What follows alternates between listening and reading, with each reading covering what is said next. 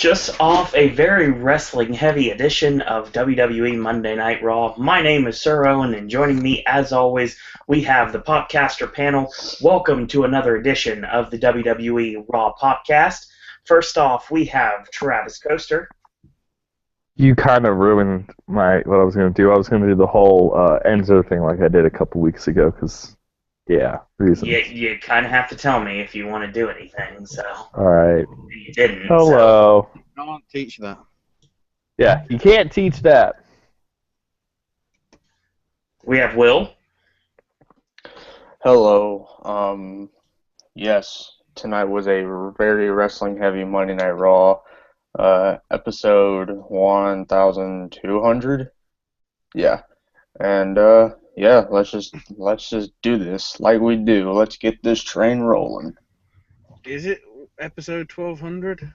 Mm-hmm. Considering that Michael Cole at the start said, "Welcome to episode 1205." Oh, I didn't notice that he said 205. It's best not to listen to him. It'll make everything better. Yeah, let's not listen to Michael Cole anymore. He's kind of stupid. He's done it again. You fucked up. You fucked up. You fucked up. We're in English tonight, actually. Hello, Governor. Oh, boy. That's a tad bit wrong. Anyway. So, we've got a lot to talk about. And before we go anywhere, I'm going to do some bus throwing. Aaron is currently watching the Shane McMahon podcast. Oh, wow. And he will be... Just picking someone up and literally throwing under the bus. So he will be along afterwards to give his thoughts on Raw. Hopefully Cleveland will join us sooner rather than later. I think he will. We shall see. He's kind of a free spirit. He goes and does whatever he wants. That's how we like him. So we had Extreme Rules last night. If you haven't yet checked out the Popcast, go ahead and check it out. Link in the description bar. Am I not getting introduced? I was getting to that. How everything was getting introduced before me? No. I had a method to my madness. Okay. See, everything was done. We're getting ready to talk about Extreme Rules. Put over the Popcast. One of the big reasons you're going to want to listen to this week specifically here on the Popcast Network will be the final member of the Popcaster Panel, and that is Ashley. Oh, he's cheap popping me, right? So this is where we break the news to Travis. Oh, no. For the first time in 11 years, Cena's actually going to be having new entrance music. What? Yeah.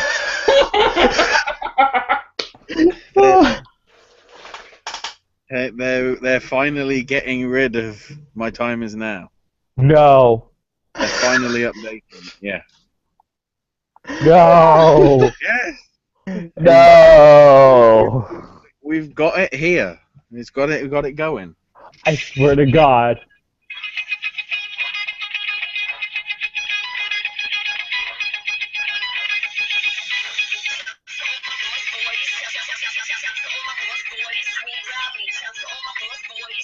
Oh my God. This is his new Titantron. No.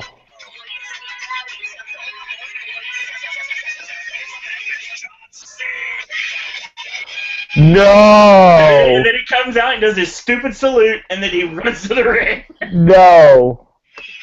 Oh, WWE, no.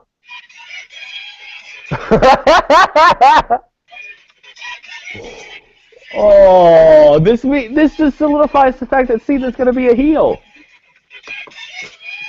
No, that's fucking on. This is him as face at SummerSlam. Oh, no. No. Oh, my God.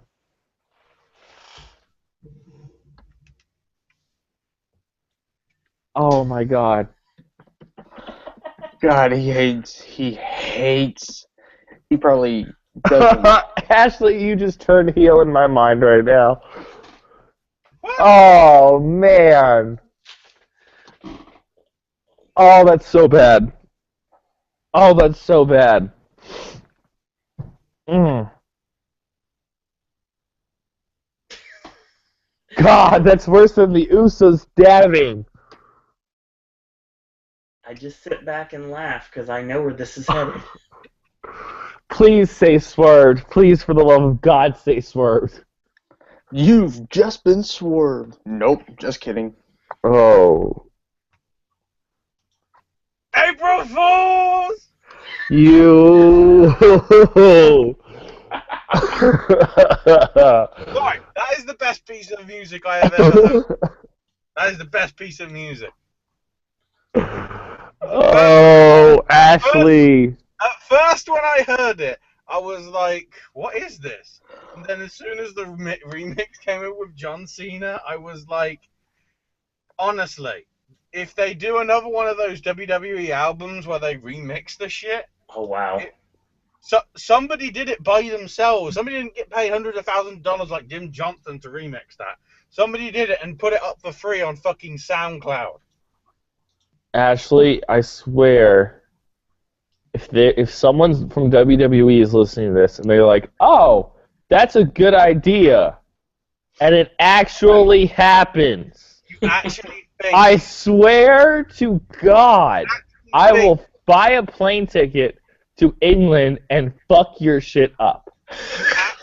you actually think that Skrillex would want anything to do with WWE?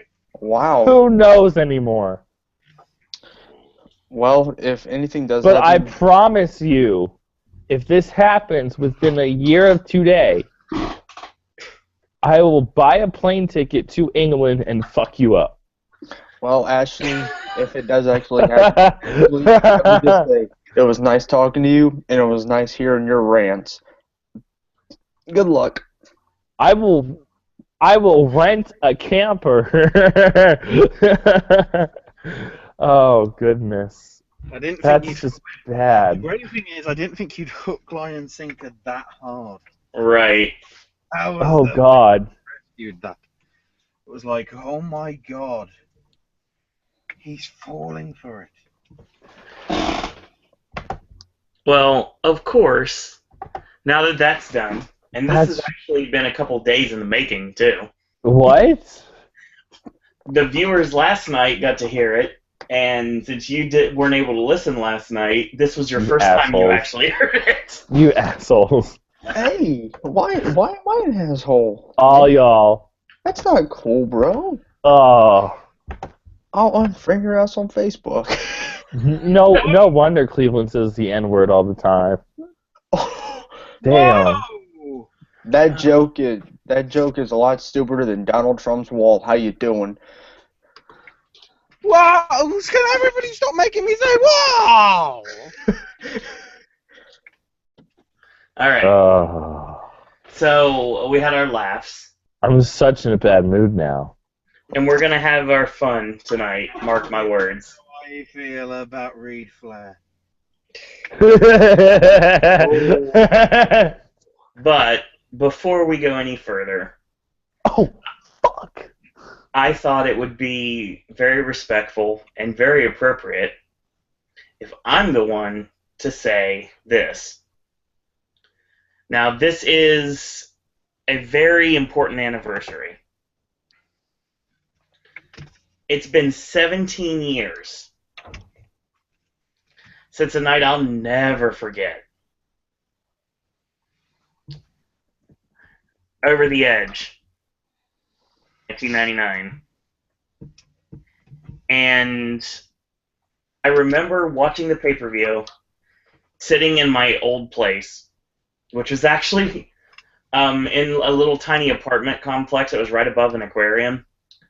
And that's pretty much where I lived before I moved over to after high school, and I moved in with my dad. I was living with my mom at the time, and I remember watching the pay-per-view in the living room, and I was prepared for the next match, And the next match would be for the Intercontinental Championship, with the Godfather defending against my favorite wrestler on the face of planet Earth, Owen Hart, then known as the Blue Blazer. It was a good build-up. I enjoyed it. Very enjoyable stuff. They did a pre-tape promo for him. It was creating a lot of laughs, of course. But then the mood turned somber, and we heard the news that a very serious accident had happened.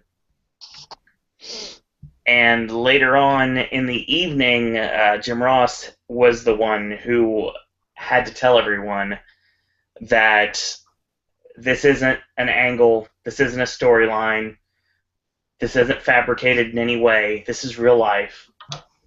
And Owen Hart had tragically passed away. He was going to make a grand entrance at the Kemper Arena. He was going to come down in a harness. A lot of people have said that he didn't feel completely comfortable with it, but he did it anyway because Owen was always a company guy. And it had a quick release because the gimmick was going to be he was basically going to release and kind of get tangled up in the ropes as like a ha-ha-ha. And then he was just going to fall flat on his face in the mat, like when he was like maybe an inch from the ground. And then, of course, they would have had the match. But when he released the quick release, he did it too early, and he fell 78 feet and landed on the top rope. So they pronounced him dead. They tried to revive him in the ring. They tried to revive him at the medical center. It wasn't enough. And I remember the next night on Raw, it was a very somber edition, obviously, because anybody that knows me knows that the reason that Sir Owen Disney exists is because of Owen Hart. When Owen won the King of the Ring in 1994, I thought there was a King Owen. I thought there was good justification there should be a Sir Owen, so I became Sir Owen.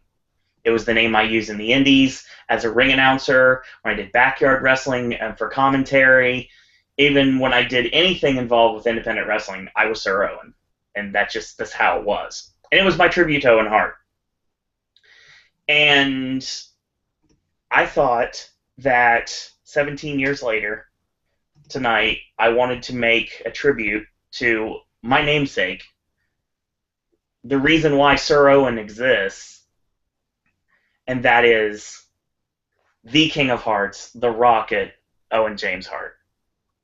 And I thought this would be a great way to start off the show with paying my respects to somebody who literally is the reason that my name is what it is. I mean, everybody knows about Kevin Owens when he came up to the WWE. He named his son Owen, and he took the name Kevin Owens as well, because Owen Hart had always been a big inspiration to him. Like, he's been to a lot of people. Owen was famous for his ribs, which were legendary. So many wonderful things that Mick Foley said in his books about Owen. And I'll never forget, like, going to school the next day and wearing a black armband that said OH on it in tribute. Because obviously I had to make my own. So I made my own and I wore it in respect.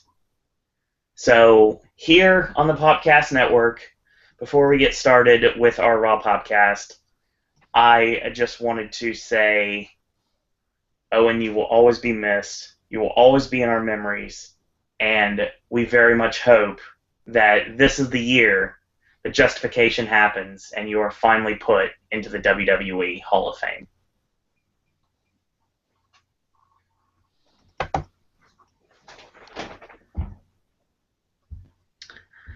I thought that was appropriate to say before we started.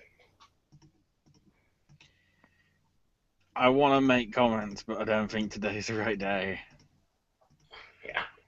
Because, all I'll say is Owen's wife is probably the only person that's going to stop that happening this year. I know. And that's the problem. I know that. But I mean, it's something that should happen. It's something that needs to happen, and hopefully, it's something that eventually will happen. Yeah. I mean, we got the DVD finally. Owen Hart of Gold. I bought it from Best Buy. I think I got it the day it came out. Phenomenal DVD. Very well done. Great selection of matches. And I mean, to this day, Owen Hart versus Bret Hart at WrestleMania 10 is my favorite opening match in WrestleMania history. And I remember the program that Owen and Bret worked that led to their match at SummerSlam. And I remember they did a show in Portland, Maine, a house show, where they flipped the title to Owen. And there were promotional pictures that were taken with Owen with the WWF Championship over his shoulder. And the original storyline would not have been, it would have still been the cage, Bret versus Owen. But the champion going in was supposed to be Owen, not Bret. And Owen would have been a WWF champion. I mean, he had a great run, a great tag team with Jeff Jarrett, and he did a lot of really wonderful things. And like I said, it's just something that had to be said tonight. He will definitely be missed. Wait, as in Jeff Jarrett, the one that's in my town on... Oh, man. The one that's in my town on Wednesday? That sounds like he's doing that on purpose, but he's actually asking a question. He's not trying to get over the appearance for Jeff Jarrett. I'm really not. I'm literally asking a question. He doesn't know. Yes, it's the same person. Okay. And, you know, on the DVD, which, like Owen said, is phenomenal. I mean, Yes. I'm really glad I bought it. And when he, debuted, what was his tag team name when he came out in like the checkered pants and the colorful clothes? What was his tag team name? It was High Energy for starters, and that was with Coco Beware, and then it was the New Foundation with Jim the Anvil Neidhart. Yes. And that awesome team that really felt like it was out of place, but when he teamed with Yokozuna to win the WWF Tag Team Championships. And I remember on the DVD too, they were telling stories about Owen. Owen was a real prankster. Yeah, he was the king of the ribs, and he always will be. Original prankster. Yes. Even though he was playing a bad guy, even though he was known as the Black Heart, he was still a Joe. He was still the king of ribs outside the ring. He was a family man. He basically would give you the shirt off his back if you asked him for it. He was that kind of a person. And no one ever said a bad word about him either. And the one funny thing about Owen, I remember from watching the DVD, was when he would spend the night in a fan's house. Yep. That's the kind of guy Owen was. He wouldn't. Right. He would trust anybody. And if Owen was still alive today, I would love to meet him. I would have loved to have met Owen Hart and get one picture with him. See, it was interesting because I got to go to SummerSlam in Pittsburgh in 1995. Nice. And I remember that they made an announcement during the show that the next In Your House show would have Diesel and Shawn Michaels versus Owen Hart and Yokozuna in the main event, with all the titles on the line. Well, then I thought, the show is fun, but why is Owen Hart not on the show? So it was kind of a slap in the face. I was like, no, I can't go next year. It's not possible. And unfortunately, I never get to see him work live, which is a shame. But, I mean, I did take my namesake off of him. And, I mean, that's the biggest tribute I could possibly give. So, we here, again, want to remember the late, great Owen Hart as a great wrestler and a great man.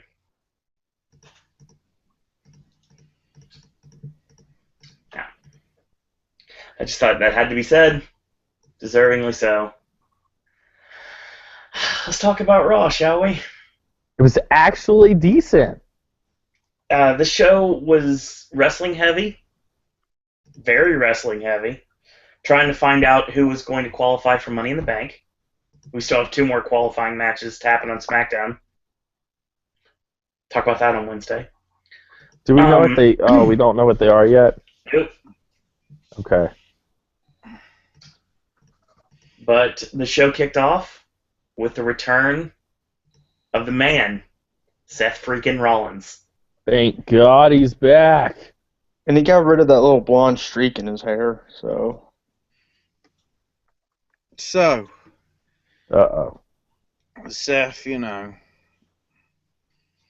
says, it's been 200 days since I was last here. And, I'm excited. And the most important thing, he's back.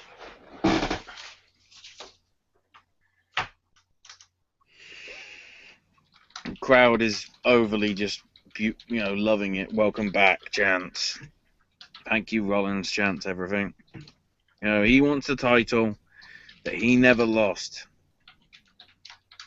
And he fired the first shot last night as they show a clip, or show a still of him pedigreeing Roman. And he wonders if they missed him. Giant yes chants. Then he goes, I find it interesting because it wasn't this way originally, When I broke up the Shield, you all booed me, When I cashed in that briefcase, you all booed me. And I'm like, I'm pretty sure most of the people didn't boo at WrestleMania 31. Pretty sure. And when he was champ, people were just begging, oh, please, can somebody beat him because we don't want him to be champ anymore. Now, discrediting all the work that he put into the title reign. And then, of course, his knee broke after carrying the weight of the entire company on his own back for so long. Kane! Sorry. Now, he got get well soon messages, got flowers, got all that sort of stuff. The thing is, he didn't read any of them. He just threw them in the trash and set them on fire. And I'm like, oh God, no. Seriously? This was a mistake.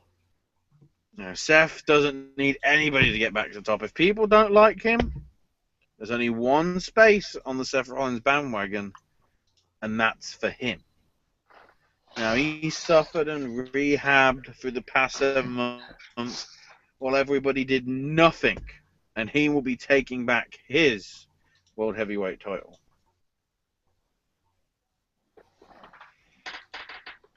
Cue Roman to Kevin Dunn booing, which is booing for 7 seconds and then muting out. Now, as he gets in, Steph immediately flees. And Steph's basically walking around ringside saying, everything's about me now. Cue Shane's music. Money. He goes to the ring and Shane goes, Seth, can you come in? Because, I'd like an adult conversation, please, about this issue. Now, he understands there's a lot of animosity between them, He cost... he won the Money in the Bank when Roman should have won it if it wasn't for Bray Wyatt. He cashed in the briefcase while he was still there. At Mania 31, when he could have possibly won the match against Lesnar on his own. So there's a lot of history. So, that Money in the Bank in 4 weeks, it will be Roman Reigns defending against Seth Rollins. And that's the last you pretty much see of either man. So, Apparently. So Seth's the number one contender again? Like, he just waltzed back in, pedigrees Roman at freaking Extreme Rules and says, I'm the number one contender. Well, he never got pinned, and he never got a rematch. So, justifiably, he does have a qualm with the problem. But here's the problem here. WWE had a golden opportunity to bring Rollins back as a hot babyface. But the issue here is Roman is not the heel. If Roman was the heel, this would work. Roman's not the heel, no matter how many people want him to be, so Rollins has to be the heel. He's not a heel in my eyes. See, he's not WWE's babyface. He's the fans' babyface, just like Roman is the babyface that WWE wants, but the fans are rejecting.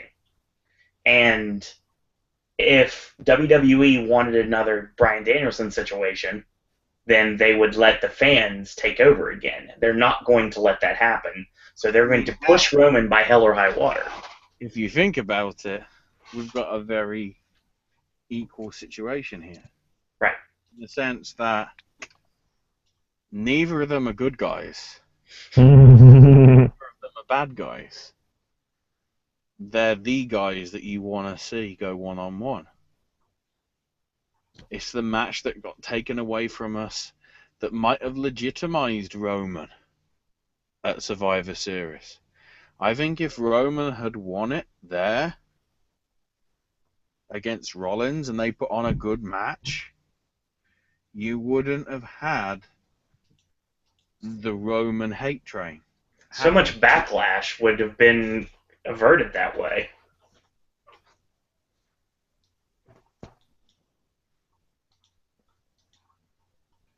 I mean, the thing is now, he's so far gone that he can put on a stellar match like he had with AJ last night, and the fans are still going to boo him. I still booed him today at work whenever I watched the opening promo.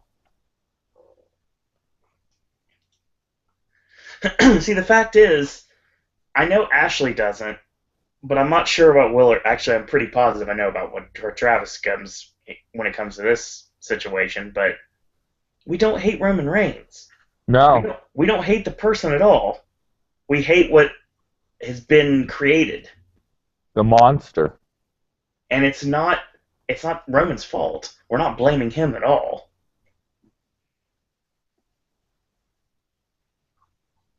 It's the booking of Roman Reigns that has been the problem. Mm-hmm. And now we're finally starting to see that they're trying to get away from that and make him feel like the monster he should be. And not John Cena light. And it works, but the fans just don't care anymore. That's the problem.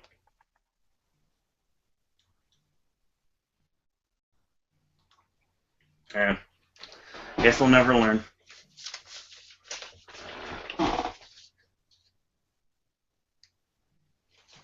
Any more thoughts before we move on to our first match? I super duper cannot wait to see this match.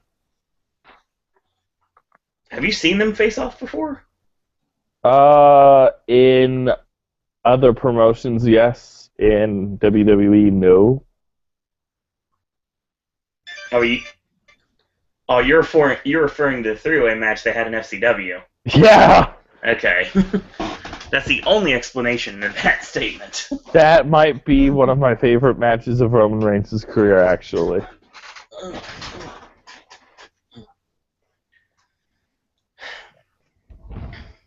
Will, any thoughts before we move forward?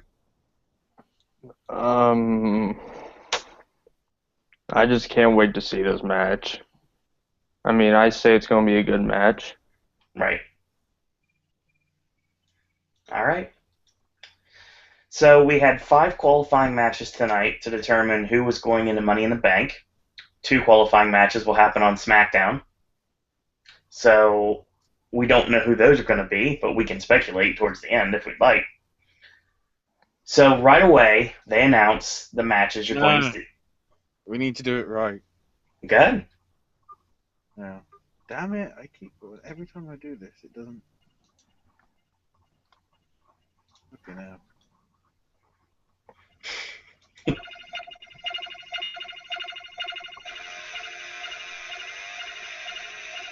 Tonight, your Money in the Bank qualifying matches are in no particular order, but the order that they went through on the graphics.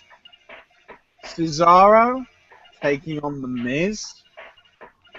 Dean Ambrose one-on-one with Dolph Ziggler. Chris Jericho taking on Apollo Crews. AJ Styles versus Kevin Owens. Sorry, that alone is like, fuck everything. Let's just listen to the music. This is awesome music. And also, Sami Zayn taking on the Moose of Shea Moose. So we pretty much come back from commercial.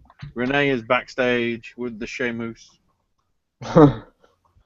And says that, he can't believe that he's in an era, considering that he won Money in the Bank last year, that he has to now qualify to even be in Money in the Bank. And not only that, he's got to be in a match with somebody called Sami Zayn. What a stupid name is that? And then says to all the little boys and girls out there, and to the parents with them, you better make sure they stop watching, because the beating that he's going to be dishing out next will not be suitable for minors.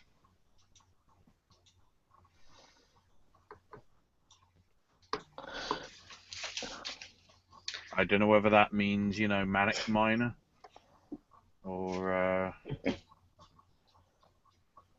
Morris Minor. And what was Renee trying to say to Sheamus after Sheamus said that one thing? She was like, "Well, Sheamus," and then he stops her. I'm trying to remember. I don't know what she was trying to say to him. I don't think she was. He was, he was going to continue on his rant of the best bit of the line. Sami Zayn, he's from Canada, don't you know?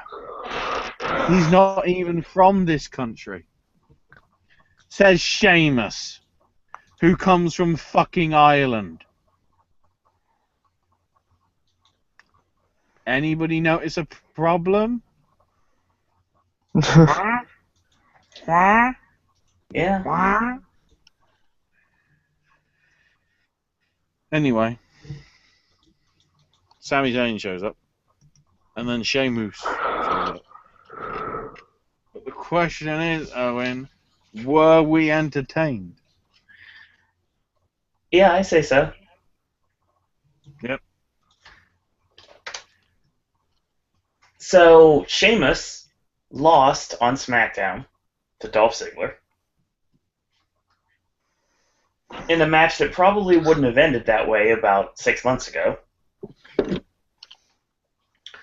But Sheamus is now promoting a movie, which is coming out in a couple weeks, so he needs to be away from the public eye for a minute. So they put him into this match against Sami Zayn. We come back from commercial break. Sheamus hits the Irish Curse backbreaker for a near fall. Sami hits a clothesline and then catches him off the ropes with the Michinoku driver. So he gets the palm chop into the wrist lock, walks the ropes, but he gets crotched. Now, a little bit later, Zayn goes for the Tope con Hilo, but before flipping, he gets caught with a forearm by Sheamus. When he gets back in the ring, Sheamus is hit out of nowhere with the haluva kick, and Sami Zayn wins. All right. The literal out-of-nowhere finish. Which is exactly what it was. How can you go from out of nowhere? Exactly. I mean, this match was fine. I like this. It was short, but it worked. And it was good while it lasted. Sheamus didn't really get much in the match. I can't call it a squash match, but he didn't really get much heat on Sammy at all. I call it a man who needs to do publicity for a big Hollywood movie match. Yes. Yeah, it was fine. I like this. The right person went over, and now Sami Zayn moves on to Money in the Bank, like we know he needs to be. Considering the 5 men that are in and their history with ladders, Oh yeah. that's why we should go. Jeez. I'm starting to think the people that will qualify on SmackDown are going to be people that are going to break this really nice dichotomy we have of everybody that's already qualified. Oh shit! Ryback's gonna win. Don't you mean Ryborg? How he was trolling the internet? No, there's no need to associate him with a great tennis player like Bjorn Borg. Hey, we all know who's gonna win Money in the Bank. It's obvious, right? It's totally gonna be Adam Rose. Oh wait, we'll get to that on Wednesday. We'll talk about Ray Lapon on Wednesday. We've devoted a lot of segments to him lately. I thought you were gonna say Michael Bennett. Ooh. Ashley, you want to give thoughts on the match? Really enjoyed it. That's the one thing. Tonight's show was very. They must have listened to last week. Mm-hmm. Because they actually put on a lot more quality matches. Yeah, it was a wrestling-heavy show. They weren't even spooked off by a basketball game this week. Because apparently Toronto and Cleveland, WWE don't give a fuck about you. Holy shit, Toronto won. We're 2-2. Oh no. We're 2-2. Oh, Toronto beat Cleveland? Yeah. Good, because I hate Cleveland. This has been a really interesting time for Cleveland to show up in the podcast. Yo, what up? Why you hate me like that? Cavaliers.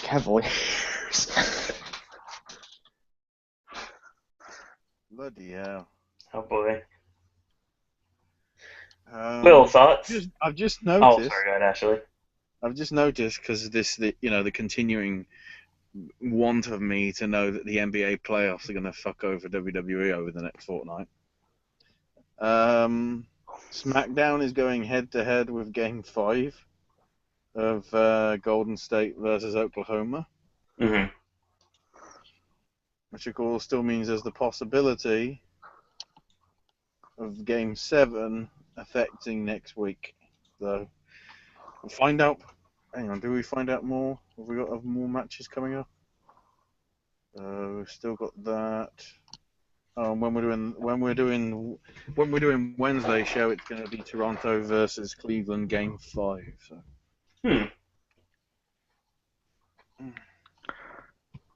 It's all happening. It is. So, Will, thoughts? Yeah, totally unexpected win for Sammy, but I knew it was going to happen since we had already probably talked about it, that Sammy was going to qualify for the ladder match. But during this match, I was sitting there and I'm like, Sheamus is going to win. They're going to qualify him, and he's going to end up losing. And then, of course, Sammy did his finishing, and I'm really glad he qualified, but that does not mean he's going to win. I mean, it would be nice to see him win the ladder match, but I say no, because they're going to give it to, as Michael calls it, they were best friends, now they're bitter rivals. What? You need an explanation on that one, sir. I say they're going to give the briefcase to Kevin Owens. That's who deserves it. But pretty good match. And Travis.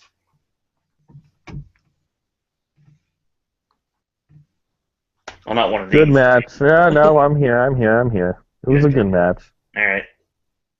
For a minute, I was going to say he's fat, but you know.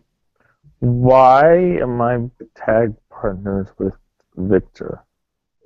Well, that's funny you mention him. Because the SmackDown, the Superstars tapings were earlier tonight. Uh-oh. And this was at the same arena that Raw was taped, which is the Royal Farms Arena in Baltimore. Hell yeah. Natalya defeated Summer Rae. Oh. And in the main event, Victor lost to Zack Ryder. Oh, God.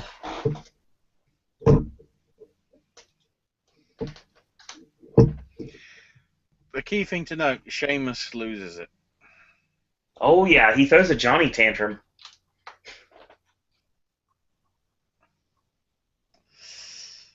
The State of the Women's Championship is happening later with Charlotte, Rick, and Dana Flair.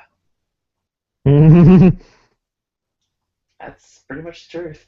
So Renee is backstage with Apollo Crews, and she's basically going, well, you're up against Jericho, and you saw what he went through last night, so what do you think your chances are? And he says, yeah, he did take a beating, but I've got to focus. This is the biggest match of my career. Bam! And gets destroyed by Sheamus. Basically saying, oh, new era? I'm going to be there to knock the new era down. And I'm going, Rocksteady, why did you just beat the shit out of Bebop?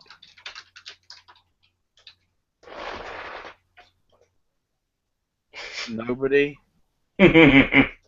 Fuck you. I thought it was funny. Fuck you all. Yeah, but no, the other two didn't react. Fuck you both. Well, Will's on mute. I'm here. And Travis is probably playing a video game at this point. Oh, fuck. I'm here. I was just watching a really funny video, but I'm here. Hey. Why is everyone paying attention? Hey, was it as funny as how white Sheamus is? Because that's funny. No, okay. I'll say it again because clearly neither of you listen.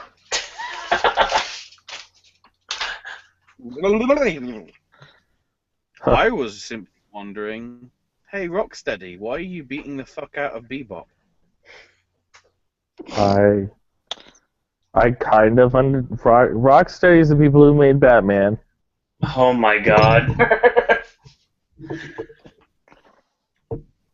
I don't understand. Oh boy.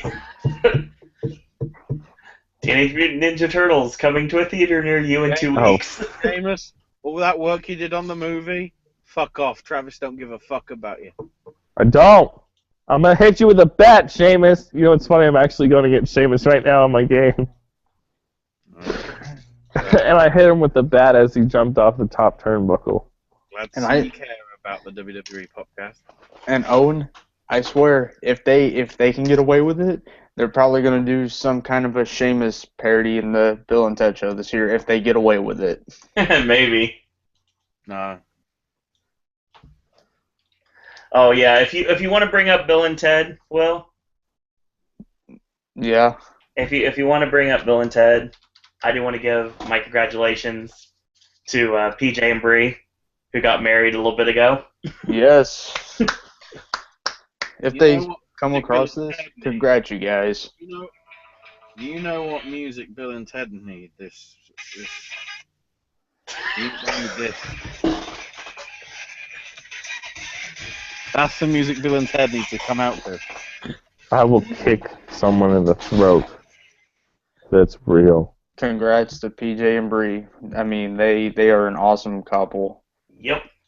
And I wish them the best. And I Their wish future endeavors. And I wish Sounds them like their the future best. endeavoring PJ and Bree. Well, technically they are. You know what I mean? Boing boing. Wow, really? I thought that was appropriate to say. Normally, I don't go for that kind of stuff at all, but I wanted to give my congratulations. Since I have a forum here where everybody listens, so there you go. I can't wait to get another picture with them down there. So many great Snapchats from the ceremony. Thank you, Jason. All right, so we move on to the New Day. Oh, be more! Don't you dare be sour! Clap for your world famous two-time champs and feel the power! Oh shit, Cleveland's here. It's a new day. Yes, it is. Yes! That was perfect. That was perfect. Oh, that was great. Hey, Cleveland, you good. What? You good.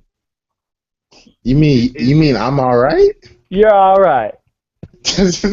Oh, hey, Cleve, how you doing? Hey, what's poppin', blood? Welcome, Cleveland. Cleve, can I just say something? Sure, go ahead. Is B-Mar like Kendrick? Hey, don't talk bad about B-More. That's my home. Is All right, B-Mar Cleve. like Kendrick Lamar's cousin or something? All right, Cleve, listen up. Oh, what a Shit. I hate Cleveland. Cavaliers. Of course. You couldn't be talking about me so bold. Mr. Perfect. You would have gotten the joke earlier if you had been here, but that's okay. I mean, for those of you that do not know, the Cavaliers and the Rockets are tied to not Rockets. The Raptors. The Raptors are tied 2-2. Hey, Cleveland. And we know that Cleveland hates Cleveland because LeBron. Yes. Oh yeah, I do not like LeBron for no reason. Like LeBron is John Cena to me. Hey, speaking of John Cena, Ashley, would you like to do your freaking joke with Cleveland too? He did it last night. No, because It ain't fucking funny. I Bullshit. like it. That's a worse theme than the fucking Usos. It's not big. It's just the best remix that I've heard this year. Oh, you mean the Roman Reigns theme song? That was great. That was great last night. Yeah. Yeah, that was real great last night. You really gave it to us pretty good last night. Boom. And we're moving on. And we're all out of bubble gum. New Day are making their way to the ring for a 6-man tag. And for some reason, there's a cake in the ring. And Wood goes, yeah, we're still WWE Tag Team Champs, but people may be wondering, why is there a cake here? Why? Why? Of course, well, we're celebrating the fact that Raw has had over 1,200 episodes. But Big E, he's concerned because he knows the history of cakes and WWE events, and that a cake is never safe. And they start tossing it around, and they go, hey, perhaps it could fall into the front row. Or perhaps it could fall onto JBL, and JBL was like an 8-year-old kid. It's like he's trying to kick away with his feet. It's like,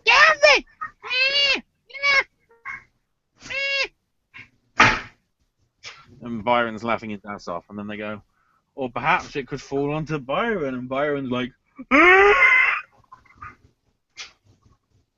and then the social outcasts attack them all from behind. Fucking bitch. And celebrate by circling inside the ring.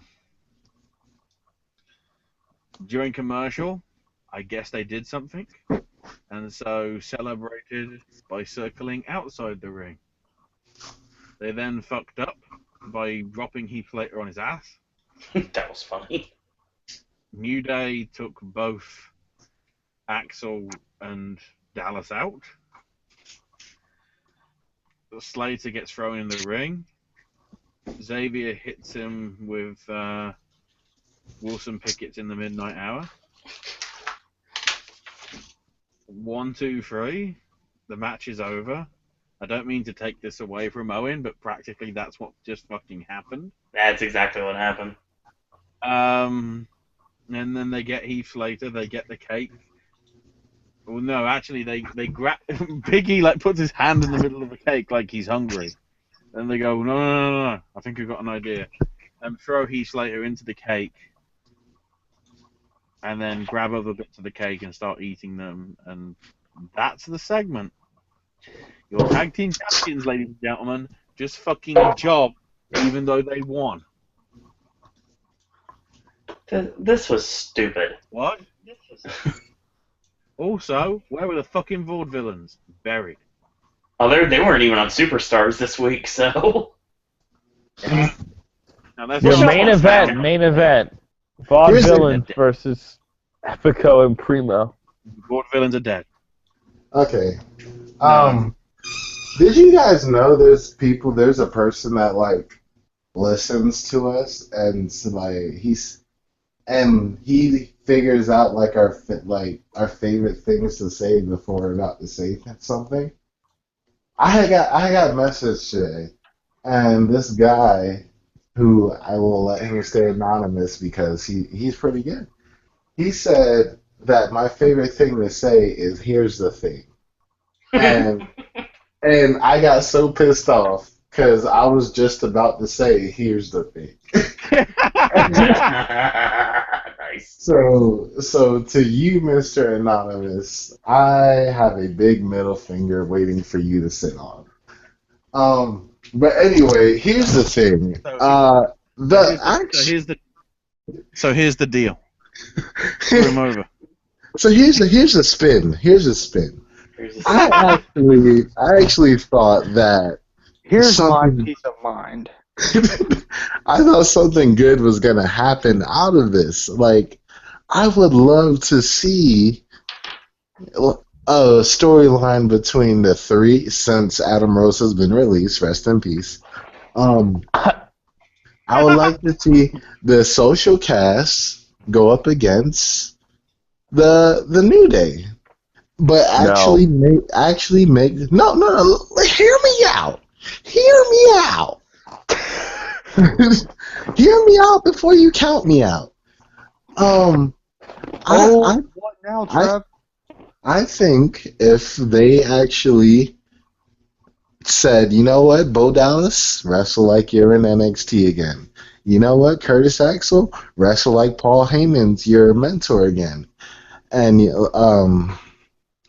the other person? Heath Slater. Heath Slater, wrestle like you're in Nexus again.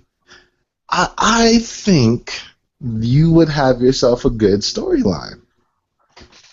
They're all like some good promos could be cut out of this, and I believe some good matches can also be cut out of this. And sorry to interrupt, Cleveland, but I would like to. But I would like to personally wish Adam Rose the best of luck in his future. I would like to wish him the best. It really sucks, like for a guy to say that he doesn't do drugs, and then like he was falsely suspended for said drugs, and then you get caught by the police. It's just not good. We will be talking about this on Wednesday. Okay, but yeah, I honestly feel like if they properly book this, it would be very interesting. See, the issue is, for a lot of the crowd, they're going to have to completely rebuild the Social Outcasts to be taken seriously. And I believe that can happen with one match. I believe that can happen with one damn match. considering you have two 6-man teams, it makes sense. You can do several singles matches to build up to the tag title match. Exactly. But you have to give us a reason why they're getting a title shot. So they're going to have to win some sort of a number one contenders match. Okay. All right. Check my style out. Since now I have to come up with new catchphrases. If you like first had the social outcast, I'm sorry, I'm mopping the floor. If you had the social outcast first win with a fluke victory, and then you have them come in talking about how everybody on social media is talking about how they were just how they had a fluke win, how Bo Dallas doesn't have it anymore, how the whole team is just shit, and let them show how furious and pissed off that made them, and let them flip a switch of the attitude, and the rest every match that comes their way they demolish it. Guarantee you they'll get heat. See, the problem is they have to decide what they want to do with the tag division, because nobody's been built up to challenge the New Day. The idea they had was Enzo and Cass, but now that took a back step, obviously, for the time being. But they can start that back up soon anyway. So you have to do something in the meantime, and they have the Shining Stars, who no one's buying into, and then you have the Social Outcasts, which have been basically a comedy act since they came into the company as a group. There's a way to do it. They're all capable workers. They're all capable on the mic, too, that can be able to get this over. The problem is, will WWE invest the time in order to do this? And my answer to this is I'm not sure at this point. It's so sad, Owens. I mean, I would, because I'm a big proponent of the Social Outcast, and I have been since day one. But obviously, creative or not. Owen, I'm gonna need you to apply for a creative position at the WWE. I don't have any soap opera writing ability. I could teach you. It's easy to write soap operas. No, it's not that. You actually have to have legitimate background in television writing, or they won't even look at your stuff. Well then.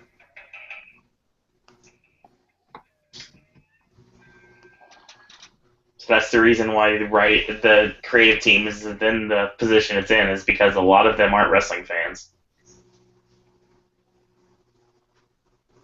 Mm-hmm. But that went off on a long tangent. Yeah, that's just Cleveland's dream, people. Sorry.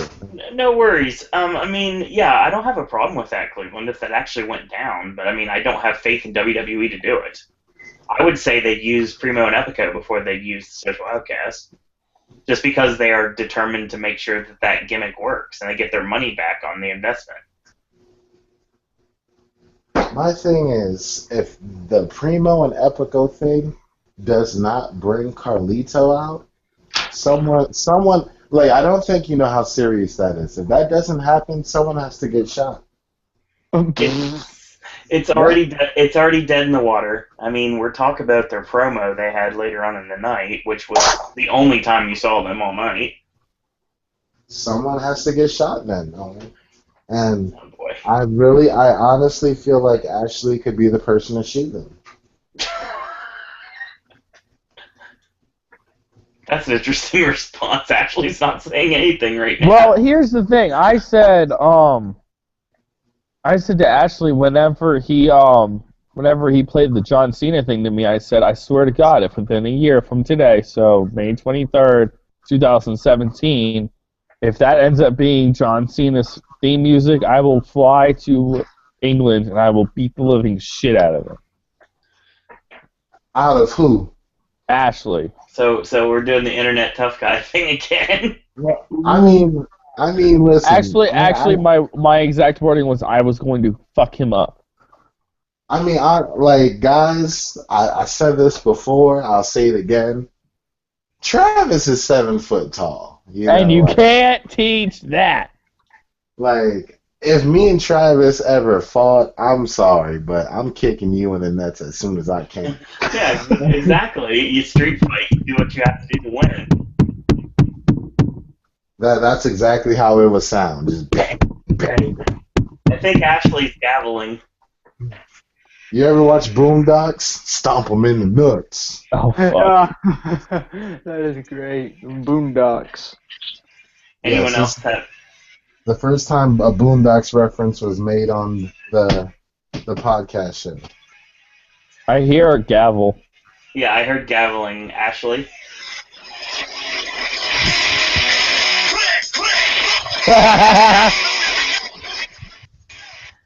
Oh, wow. That's right. Shoot them motherfuckers. Believe out the niggers. Shoot them. Oh, God. I'm sorry. That's my nice one of the night, Owen. My bad. This is what? Part 2. Go ahead.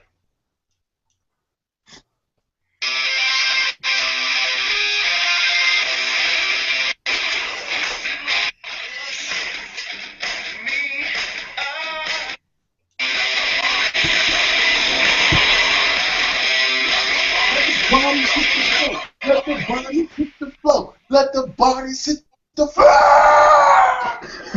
Oh, God. Hey, Ashley. Dude. Ashley, what was that first song you played?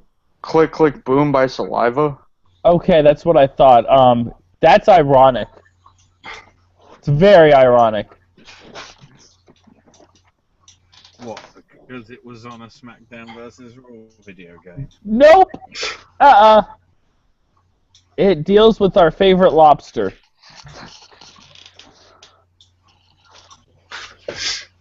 That's all I'm saying. Okay. So, yeah, that's pretty much what that was. We move on to our next Money in the Bank qualifying match. What favorite lobster, you say? Our favorite lobster. It doesn't deal directly to him, but...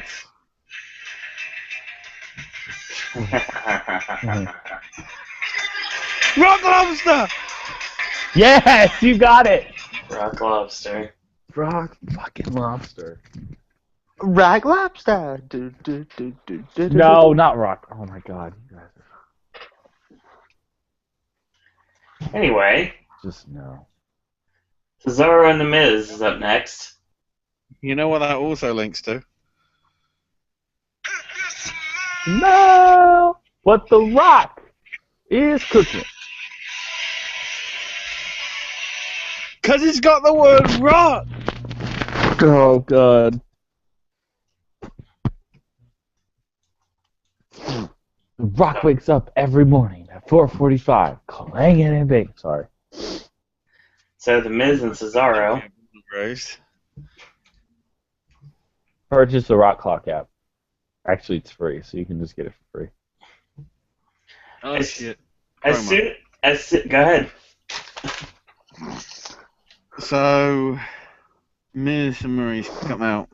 Maurice goes, still IC champion.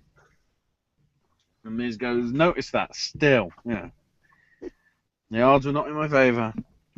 I'm still champion. Guess what? I'm going to be the Money in the Bank again. It worked the last time. You know, cashed it in, won the title. You know, last night's match, everybody was talking about it. It was a Hollywood blockbuster of a match. Yeah, right. I wonder who would play me. in my movie. Chris Pratt, Brad Pitt, Johnny Depp, Chris Farrelly. Loads of names. And Miz and Maurice have a sort of smoochy session. Ew. And then Cesaro comes out with a gun barrel. Sorry. Hang on. Let's do it properly.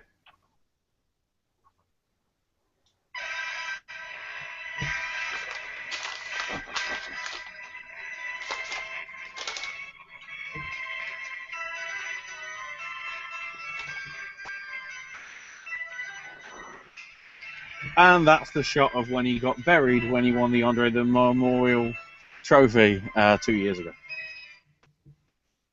All right. I think I found a new running joke, ladies and gentlemen.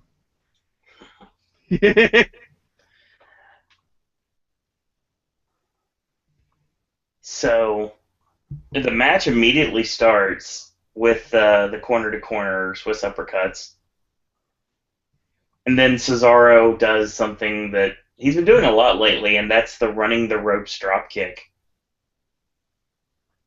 So we come back from commercial, and we end up where the Miz is working on the arm and the shoulder, and he gets caught with the springboard Swiss uppercut. Miz gets the upper hand with the Miz line in the corner. He goes for the crown, but before he can leap off, he gets drop kicked to the outside. He hits the apron first. The charging Swiss uppercut across the barricade. Cesaro is in the crowd with momentum carrying him over on that. Tosses the Miz in. He hits his fine body press for a near fall. He goes for the swing, but of course his arm is not really 100%. Doesn't matter for Cena. And it's blocked. He hits a double stomp for a near fall. And he goes for the swing, but he drops Miz after a couple rotations because of his arm. Miz takes advantage with the skull-crushing finale, but Cesaro escapes, backdrops the charging Miz over the top to the apron. He yanks the arm over the ropes to try to get the upper hand. He comes off the top with the crown, eats a Swiss uppercut, Gotch-style neutralizer, 1, 2, 3. And Cesaro moves on to Money in the Bank. Good stuff. Miz is improving every week. I mean, you can't say that about, like, me, obviously, because, like, people like me in Cleveland, we like the Miz. Oh, yeah. But he's improving in other people's eyes every single week. He's getting better. I like what they're doing with him. And it made no sense for him to win, given the fact that he is a champion right now. So that also means if they would end up putting Rusev in Money in the Bank, he would not win a qualifying match either, because he's a champion, and they need to have title matches at Money in the Bank. Miz will probably end up facing somebody that doesn't qualify in a storyline that's probably going to be rushed in about 2 weeks, and that'll be the title match. But that's how things work. Ashley, thoughts? Solid match. They're obviously playing up the fact that Miz is going to be in a program anyway. Right. Hence why Cesaro can focus on, a more important title. But nobody gives a shit about the IC title with the Miz holding it. Well, that's not Just nice. like how people really didn't care when Miz held on to it when he won Money in the Bank.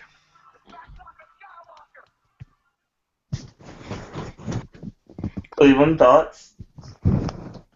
First, am I the only person that gets, like, real exhausted? Not only when Cesaro does, like, the corner uppercuts, but also when he does, like, those multiple kip-ups, like, in a row. That was interesting.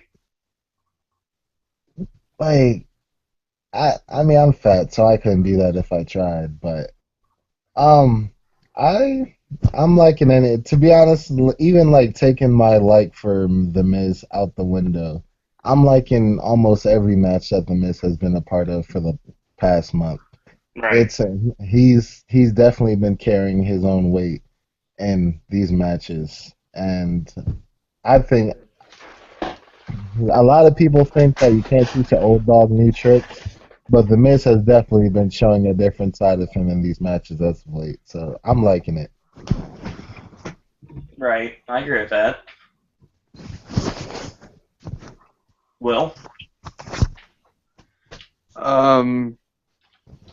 Solid match. I mean, I can understand why Cesaro is going to be in the ladder match because Miz has won the ladder match before, so and Cesaro hasn't. So it's really nice to give Cesaro a chance, even though he's not the one that's going to win it. But it's real nice to see Cesaro win. Yeah, you definitely. The people that are involved in the match overall, without spoiling whoever gets the other three spots of the night, which we all know who they are. We'll talk about them as we get to them. They're all people that have expertise in ladder matches, some more so than others.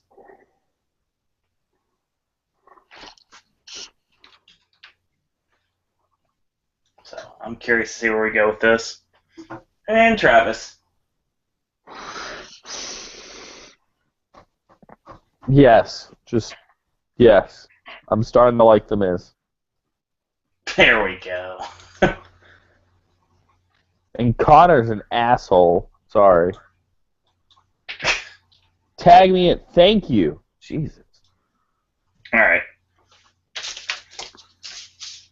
I believe, if I'm correct, because I wasn't taking notes on promos, this leads to Seth Rollins with Renee Young in the back. Yeah, Renee's backstage with Seth. And says, Money in the Bank's really the perfect stage for me to get my belt back, because, 2 years ago, I won the match. Used that case against Roman at Mania. Improved my dominance until I by chance got injured, so, I'm looking forward to it. Then see Stephanie and goes, hey, it's great to see you. Really hope to catch up with you a bit more. And Stephanie goes, well, things have changed since you were gone. And, any sort of relationship or deal going on between us, that's not happening anymore. So Stephanie is now face. Yeah. What? Get used to that, because apparently that's the direction they want to go right now. Moving forward.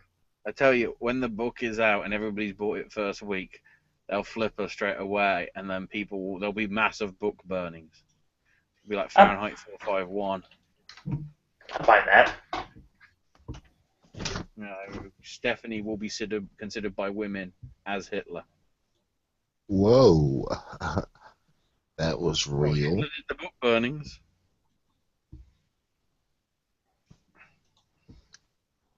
Yeah. So, we move on to our next qualifying match between Apollo Crews and Chris Jericho, who has from backstage. Yeah, but before this, Sheamus attacks in the back. Rocksteady attacks Bebop, yeah.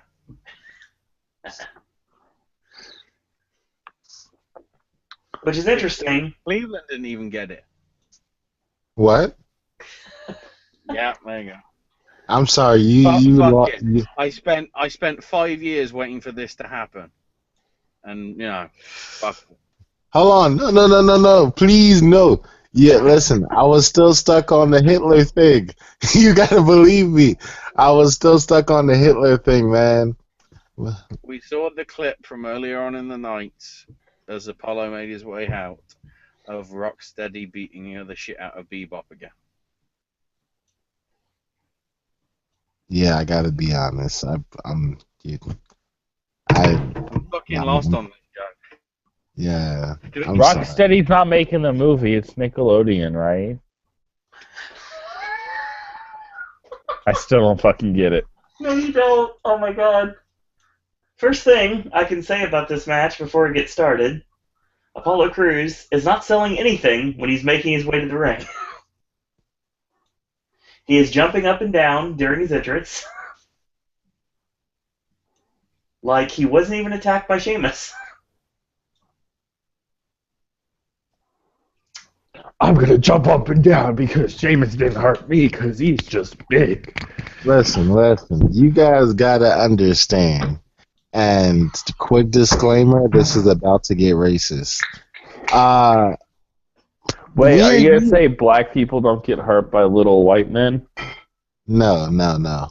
I was gonna say we're used to that shit, man.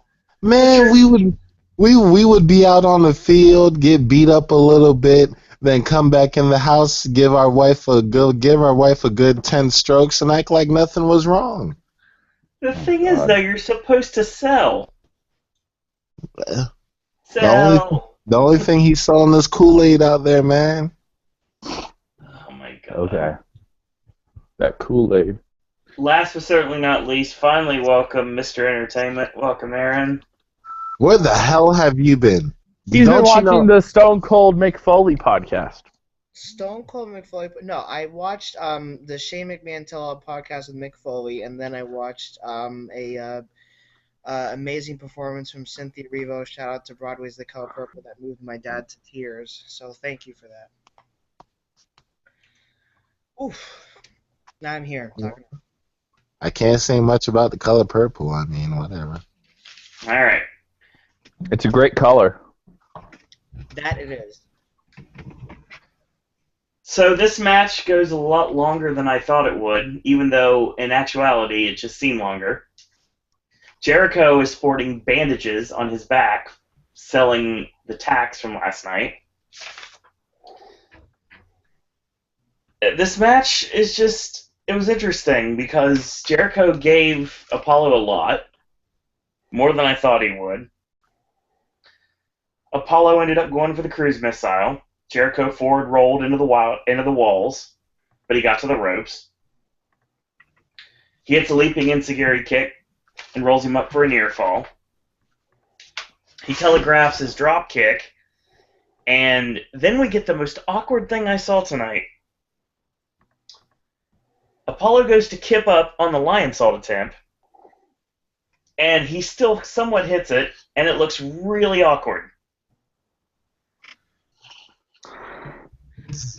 The walls is countered later into a small package, and then Jericho hits the code breaker, and he moves on. It's obvious who we have to blame for the awkward move. Oh my god, that was bad.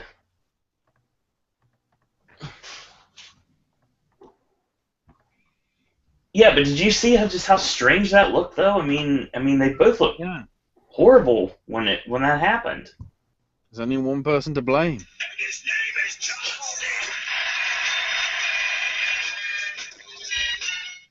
Fuck you.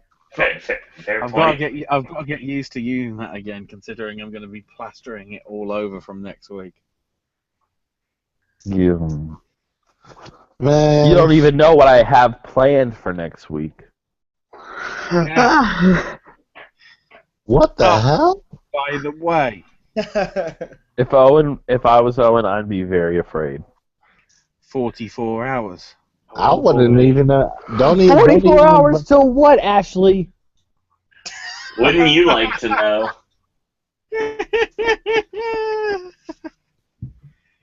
Let's put a smile on that face. Hell. Okay, so, man, here's the story. All about how my life got fixed. Sorry. No. I had to. He's trying. Will Smith is here. Will Smith is here. He's trying to not say. He's trying not to say. Here's the anagram of the word lead. It's hard, man. It's hard. Here's Pause. the lead. Here's the lead. But anywho, I was like Apollo Crews, like, man, they're giving you a chance to like show your stuff with someone who's not a punk bitch. You know, like the guy already had about like 12,000 thumbtacks up his ass, It was 69.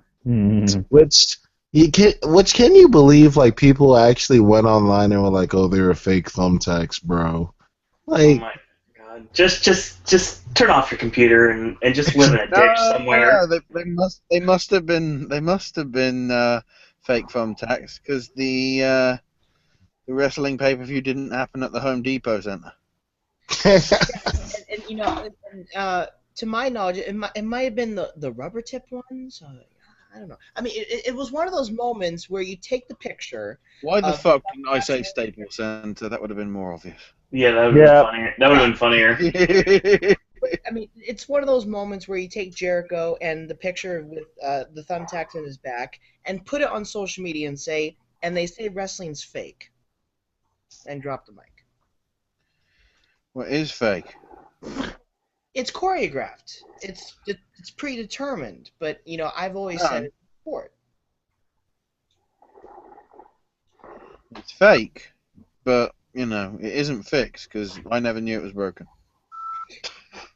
Mm-hmm.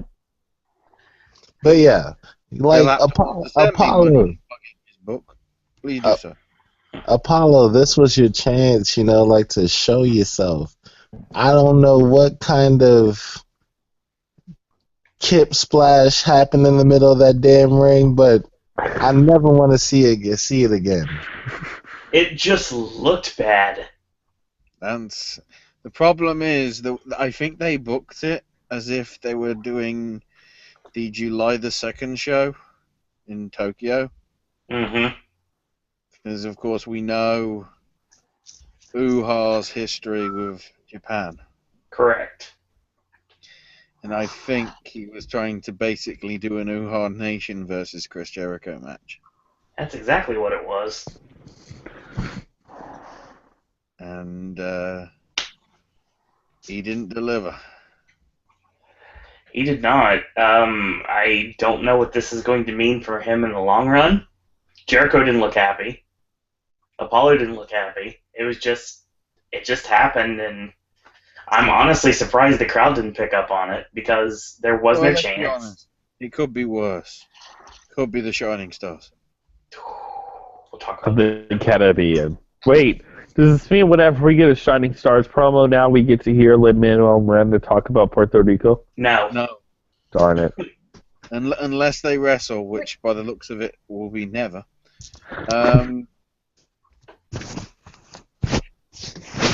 You don't know how bad I want to like just Travis saying that name. There's so many things you can say after just someone saying Lin-Manuel Miranda. Yeah. You could go, you could start rapping in the Heights, you could start doing Hamilton, you could start doing, talking about how there's only one actually there's two references to Philadelphia. Because I found the second reference to Philadelphia in Hamilton, and it was in Satisfied, when Angelica says, Ben Franklin with the key and the kite. And so, we could also Lin-Manuel Miranda was incorrect. Listen. What the fuck has Tom Hanks got to do with Lin-Manuel Miranda? Exactly. Listen. Here's for all you people out there that just said the N-word. Has ever tried to go up to one of the darker people in the world, blasting that damn Hamilton CD. I fucking love Hamilton. It makes you look lame as fuck. Fuck. Oh my goodness. And especially when you start to rap it, there is over 19,000 tracks on this one CD. If you tell me that you've listened to it so much that you've actually remembered the lyrics for that piece of shit, it really makes me think you don't have a job. I It don't have a job. It makes me think you don't have a job. It makes me think you're not in school because I'm not in school only right a now. lazy fuck who lives with not even their parents, their grandparents, because their parents said, you know what, this piece of shit just can't live here. So they send them with their grandparents, and they're like, you know what? Since I live with my grandparents and I'm not doing nothing with my life, let me listen to this Hamilton piece of shit. That's my rant. I'm sorry. Okay, all right. Hold on. I'm gonna leave it at this. Hang on. This is Travis I'm and I sorry, Owen. fans. This is a wrestling podcast. No, we're gonna get back to the rest. Hang I on. think like rebuttal. I think just to piss off everybody that we can, I need CM Punk to say something for me.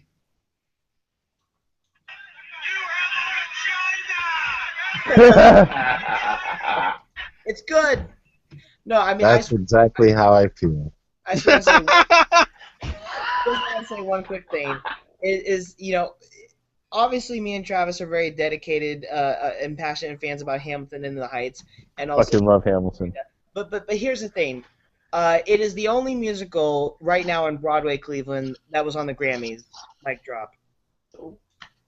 Do we really want to say the Grammys? To be honest, Was it not on the Grammys? Do you really Hold on, want to hold talk on, to hold on. me? Oh, Do you fuck. want to talk to the only black guy I on was about to say the only black guy about the Grammys. podcast about the Grammys? The whitest show in America. You do realize that the Grammys haven't been relevant since the 90s, and that was even barely there. The Grammys stopped being relevant when slavery was over. Okay, I mean, well, Grammys and Oscars, they could be the widest award shows. At least there's like the nominees of the Tony Awards, if you want to go technical like that. So. Well, okay. I'm gonna let you finish, Aaron. I'm not undefending Hamilton on this because I'll defend Hamilton to my dying day. But I do think it's a little ridiculous that they got 16 awards and like 4 of them got nominated for the same category. I really do think that's ridiculous. No, I know. I mean, but What about this music, Cleveland? I don't even know what that is. I'm trying to hear it.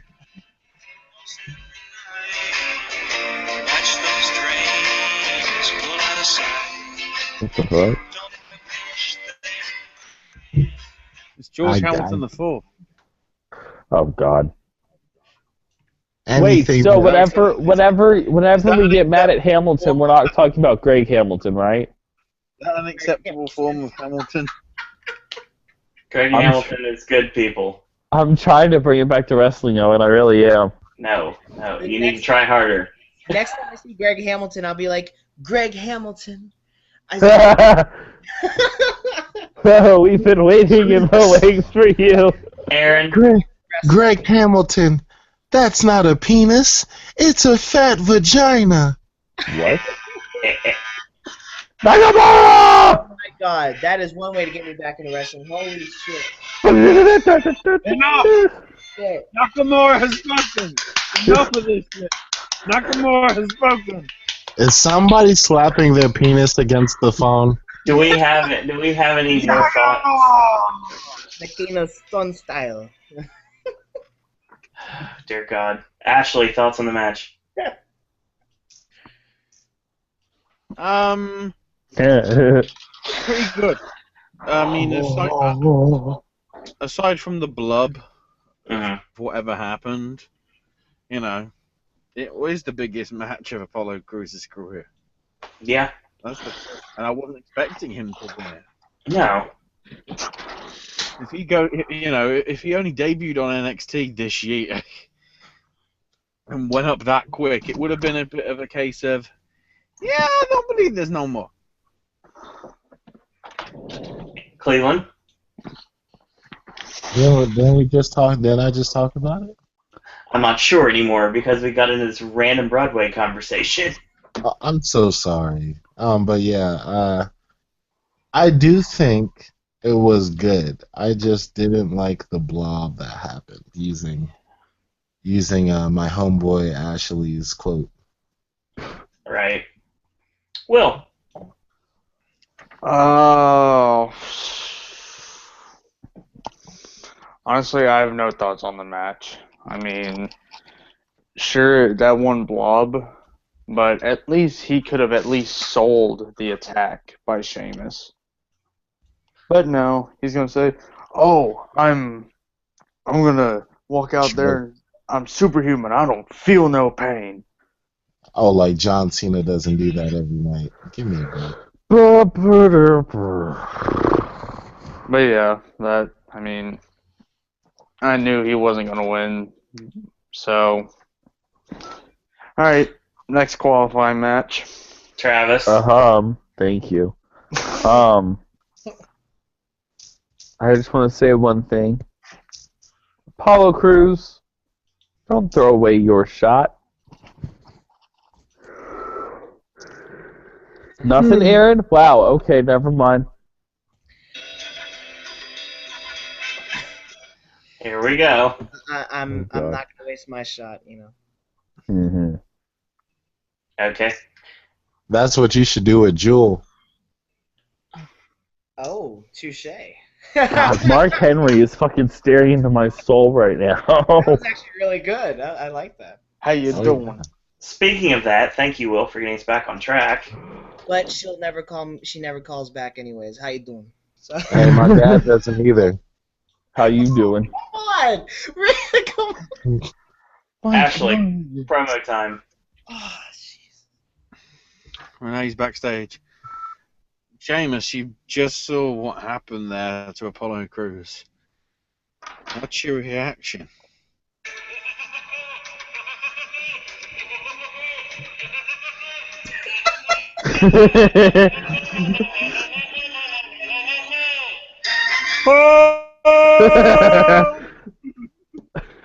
I just thought about the Chris Cooper maniacal laugh from the Muppets.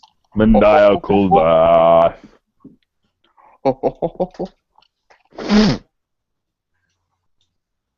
And then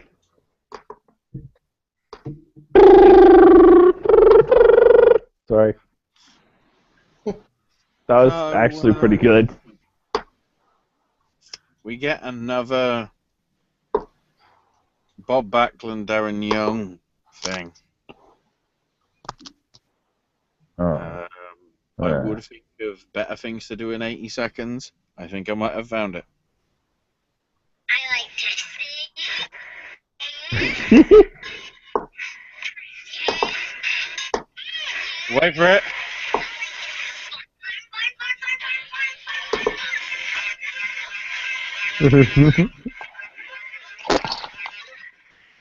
I know exactly what that video is, and I love it.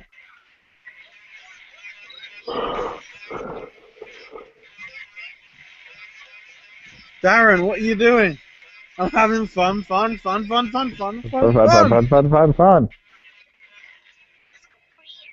Just you?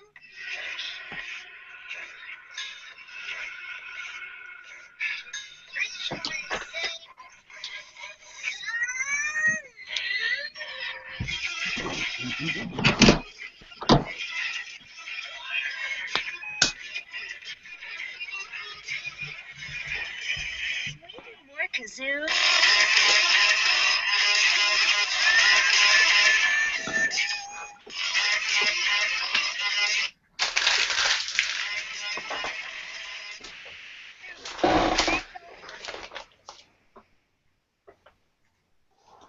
So this leads to a return.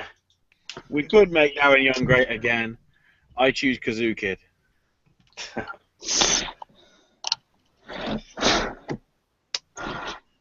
I still don't know what the fuck that is before. Any of that shit. Not Kazoo Kid, the Darren Young stuff, because it's like... JoJo is backstage. Because Eden's mysteriously nowhere. Because she's proud of him. Again, she's proud of him. Oh no, it's because she's going to be on SmackDown. Or it's because she wrote the best That's blog. why she wasn't on Raw. Sorry, I got used to Lillian Garcia not being there. JoJo's down with Baron Corbin. They recap his victory over Dolph Ziggler and says, people weren't happy with the way the match finished, and it's like, it's a no DQ match. What do you think's going to fucking happen? Fucking 4th of July celebrations with fireworks? No. No, he doesn't care what people think about his victory because he could do what he wants because it was an ODQ match. So Dolph says, well, I don't think you're as good as you think you are, Maybe good at cheating, but, I don't think you'd actually beat me in a technical match. And Baron says, really? Well, I'm all for it, I can't wait to destroy you. And Dolph goes, right, we'll do that next week. And I'm immediately going, look, I know Cena's coming back, but the thought of Dolph Ziggler versus Baron Corbin, part 582, I don't want to watch next week. You've just made Raw unwatchable. For the love of God. Who, of course, his name is John Cena. Wow, that was really weird. See, here's the issue, though. Don't we have this little program that we're trying to get over called SmackDown that they could do it on and not wait until Raw? Who gives a fuck about SmackDown? That's where this match belongs. In Canada, it goes up against us, in which case, sorry, but we're better than SmackDown. Indeed. And Thursdays in America, especially if you're in the right parts of America where you actually get the Fight Network over from Canada, you could be watching AAA and British Wrestling and CMLL and New Japan and all that sort of shit. All the things I'd much rather be watching. Yeah. Okay. What, like you guys mentioned JoJo, and I just gotta say something quick about JoJo. I love her. JoJo got ass. Mm-hmm. Did you not see the bloody New Day Instagram thing? Oh yes, there's a picture of the New Days with JoJo, and they're balancing a box of Bootios on her ass. No. No, it's not even a photo. It's a video. Because she turns around and goes, they make sure you ain't booted. Oh, someone send that shit to me right now. And then if you look at Big E's face, I think he's having a seizure. Listen, every single time I see that, okay, I'm gonna paint a picture. Have you guys seen on Family Guy when everybody starts throwing up in the living room? Yeah. Imagine that, but shooting from a different place. Oh my God! Please stop. Owen, please take control of your show again. Please. Are we painting pictures here, guys? Because here we go. I want to do some happy little trees. Because no one draws better than Bob Ross. Because hang on, the paintbrush is full. I need to wash it. Beat the fucking devil with it, bitch! Beat the devil out of it! So I'm now going to do a little log cabin.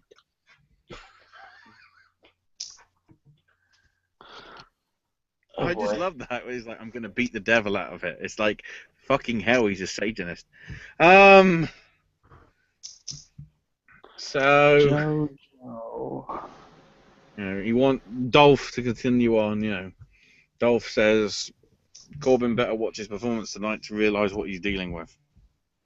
He's going to lose. He's already told us what's happening next week. I'm sorry, guys, but do you guys not hear the person like moaning in the phone? No. No. Okay, so now I'm stupid. Okay, all right. Stupid. Too stupid. You aren't deaf. Obviously, nobody else heard it, so. Oh, maybe. Having fun. We're moving on to the next match. Well, no, because Big Cass comes out. But first, a promo. Let me take this off. Big Cass comes out, and everyone's like, right, singles competition. And then he points, and everyone's like, oh shit, son, no. And yes, he's been medically cleared. Enzo Amore is back. And you can't teach Teach that. kids. Enzo, forgot to pay the electric bill. Out with a concussion, but he's back, and I'm ready to teach the Dudley boys a lesson because they've been getting involved in things that don't concern them. And Cass agrees and basically goes, I've said it before and I'll say it again, Dudleys. I got one word that sums you up. MUTIPLETNA, tag team champions. Soft.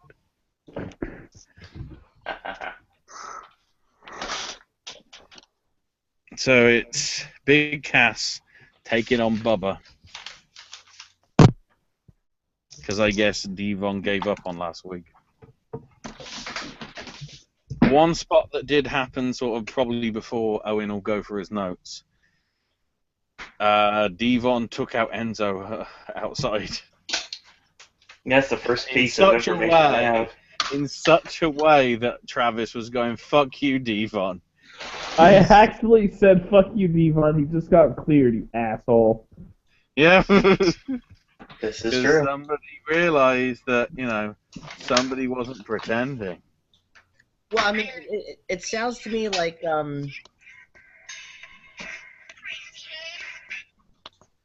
it sounds like Travis is being a hater.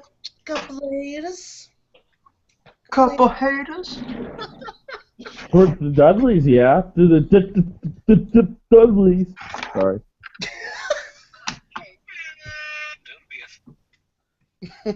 You are so ugly. Tears roll down the back of your head to avoid your face. How you doing? Oh boy. So you just gonna let that slide on? No. I'm moving on to the match. So Bubba gets heat on Big Cass with a backdrop suplex for a near fall. He hits the snap jabs, and he gets caught with a clothesline. Cass with two shoulders and the big splash in the corner. Bubba goes to the floor. Enzo gets tossed into Devon. So Bubba heads up top. He gets rocket launched off. Big boot. Empire elbow, which was an interesting thing to watch because while this was happening, Bubba was literally setting up and staring up at the elbow being dropped on him. And he just got pinned. So the feud with the Dudleys and Enzo and Cass, now that Enzo is clear, will continue. This match was short. Not much to it. Just basically important because it's the return of Enzo. So, it was alright for what it was. Ashley? Decent match. Clearly was just filler. That's definitely filler. Cleveland? I didn't get to watch it. Ah. Will? I'm really glad. I'm really glad to see Enzo is back. Right? And now, if you ask me, and I'm sure you guys may agree with me, now we have Seth Rollins back, and now we have Enzo back. I think we're starting to get into the not slow, but I think we're starting to slowly move back into having to returning superstars from injury. Mm-hmm. First we have Seth Rollins returning, now we have Enzo. Then we have John Cena coming back. Now we have three guys returning from injury. Now we gotta wait for Randy to hopefully come back soon. No. It's gonna be a while. And then I know it's going to be a while, but like I said, we're slowly getting into the process where we're having returning guys return from injury soon. Once John returns, I say I don't want to. I don't know about Nikki. I don't know what the situation is on her, but one day she'll probably return. They'll give her time with the women's championship, and then they'll take the belt off of her and she'll retire. Nah, I think No, they won't. Nick, How can they? I She think appears on a Nikki's TV career show is called done. Total Divas. I think Nikki's career is done. I don't know. Nikki wants a baby. John Yes. Cena's running the fuck away. Pretty much. She's like, fuck this shit. So, oh boy. Wow, that sounded like Can't WWE Cena. Ugh, It's promo my time. bad.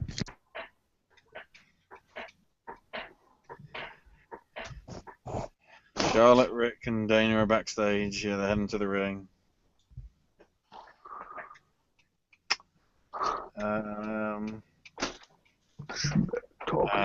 Rick says, I'm proud of you, since you won that world title at Mania. Yeah. All your accomplishments throughout your life that you've had, for all the years, since you were a little kid, when you were battling your way through everything that you went through, and now you're at the top. And Charlotte goes, well, first I'd like to thank me, and then of course, Dana, because she is the one that, sort of saved her last night. And Dana says, well, thanks, it's great to be in the same ring as the dirtiest player in the game. Charlotte basically says, I remember all the Thanksgivings and the Christmases and the birthdays, and during this time, the fans are doing the what chants. Because, like me, they've got sick of the Divas division. And they were thinking it's going to be the same old drivel. Yeah. Charlotte remembers the Thanksgiving, Christmases, and birthdays, and how he was never there for her. She couldn't understand for years why he wasn't around, but now she gets it now because, she is the woman's champ. Just like how Rick was the man. She now is the woman. And because of this, I now have the confidence to say, get out of my fucking ring, cunt! And Rick, once again, Rick doesn't even have to fucking say anything. The reactions that he does with his face alone and expressions, it's like he doesn't even need to fucking talk. He's such a professional in that mindset, too. People of his generation never want to leave a spotlight. It's no longer Rick's daughter. It's Charlotte's dad. That shit made me. I almost said blasphemy. She's so disappointed that everybody thinks that she can't do it by herself. It always has to be that, Rick got involved somehow. Yeah. She's got no time for him and doesn't need him anymore. Rick turned on the fucking taps. Charlotte says Rick may be immortal for the fans, but to her, he's Reed Flair, a.k.a. dead. Charlotte wants nothing to do with the Flair name. Wonder how Reed feels. Yeah, I basically challenged myself to mention Reed as many times as I can because they did this angle correctly, but also incorrectly. I don't, it says a lot that somebody as fucking senile as Ric Flair is somehow liked. Like if Hogan came back, everybody would cheer. Oh, yeah, for sure. But the thing is, he's been a bit of a fucking douche. So, you know, it's amazing how, you know, they flipped it, because there's a way that you could have done this angle and have Rick do more of the talking, Mhm. saying, you know, how she's ungrateful and whatever, and then making the point of you were never there for me, sort of thing, but not in a heelish way. Apparently, everybody that has a title has to be a heel unless they're Roman Reigns. Apparently, that's the way we're going now.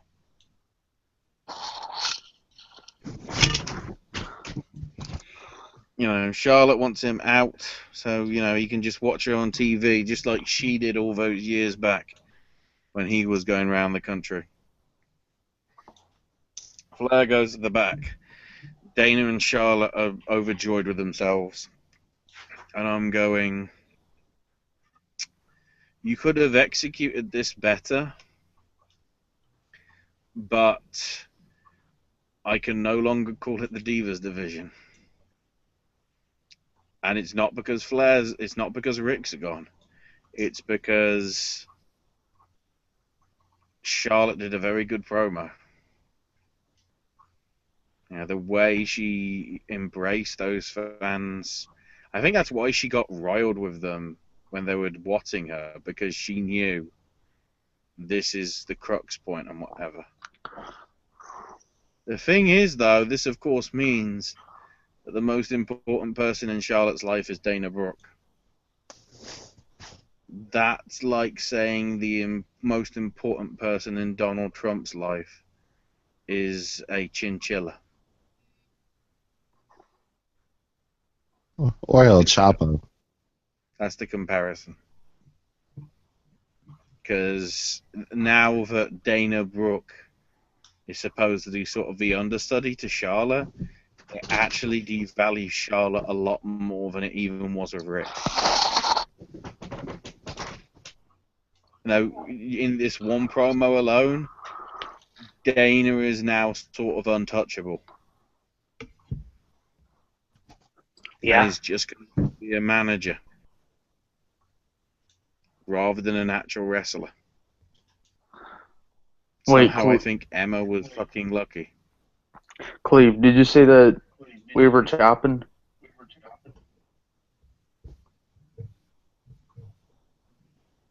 What? No, because earlier Cleve asked if why are we chopping. I guess someone was chopping when they were talking. I guess he was talking about you, Ashley.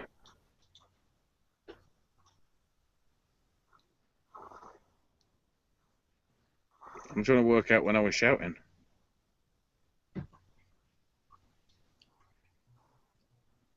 I'm confused. Anyway, Can I give my thoughts on the segment? Because this is one of the things I've been waiting for. go ahead. Speak out on. It was very cringe. Worthy. Painful to watch. I don't see how people are into Charlotte's promos because they're just terrible acting and that just raspy voice. I mean, she should stop talking. I just think her athletic skills should do the talk. She doesn't need to be on the mic every single time she goes out there. I really liked how she just showed her skills in the ring in NXT. And I hope now with Ric Flair out of the picture, we can refocus completely on women's wrestling, but I doubt it because it is WWE. That will take them a while. But this was just like it went on too long, and of course Ric Flair is gonna cry because he's just a natural crier. I mean, and he's got the crying face of a baby who like just got their toy taken away from them. So it's just I don't know. It was pretty bad. And Dana Brooke, I can now like agree that she didn't do anything in that ring. So it was kind of pointless that she was even out there because she didn't say anything. to my knowledge. But because it just felt like it was Rick and Charlotte for the whole segment. But It would have meant so much more if Dana wasn't there as well. for this segment, yeah. But I mean, like I said, she just got on the roster. They just can't kick her to the curb because Emma just got back surgery. I mean, it's gonna set up Emma versus Dana Brooke because Emma tweeted after the segment saying like, well, along the lines that she can't forget who it was. Oh yeah, me. So that could just create a storyline in the future when Emma comes back. I don't know the recovery time frame that the doctor set her. But Remember, creative hopes everybody doesn't have a long memory. I mean, that's just how That's creative. despite the whole 200 days Seth Rollins is back thing. This is just a case of lay cool. That's it. Oh shit, that. I see what you mean, except there's no Undertaker involved, so thank God. And I think Ric Flair cried because I think those are genuine tears, to be honest with you. No, they were. I mean, I feel like a part of it he felt like she was actually like coming from the heart with it. Yeah. I mean, it probably is a part of it is true. Ric Flair, like there was probably plenty of nights when she would like wake up, want her dad to be there, but he wasn't because he was out there hot styling and profiling. So, but isn't that a gimmick for Ric Flair though, or is it something that he just? oh no, that was his life. That was him. It still is. I mean, if you offer Ric Flair a drink, he'll go, woo! I guess another thing I should say is like I didn't like how soap. That's the second time I said that tonight. Soap opera-ish this was getting. I don't like. We're not bringing the Stop Online Piracy Act back, are we? I hope not.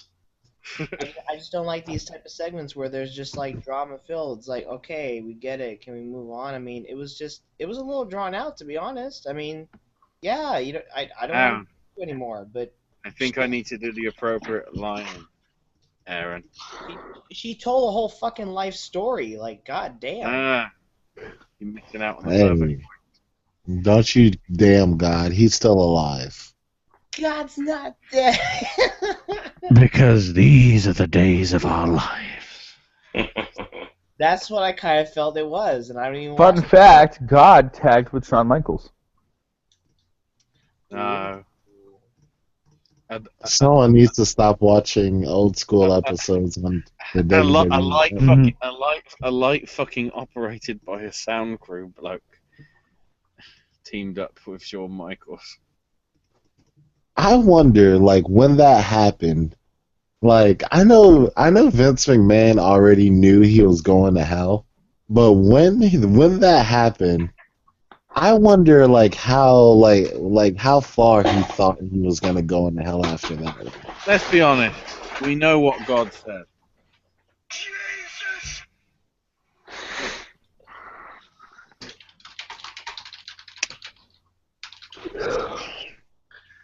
Yeah. This is interesting because this is trying to turn Ric Flair into the babyface here.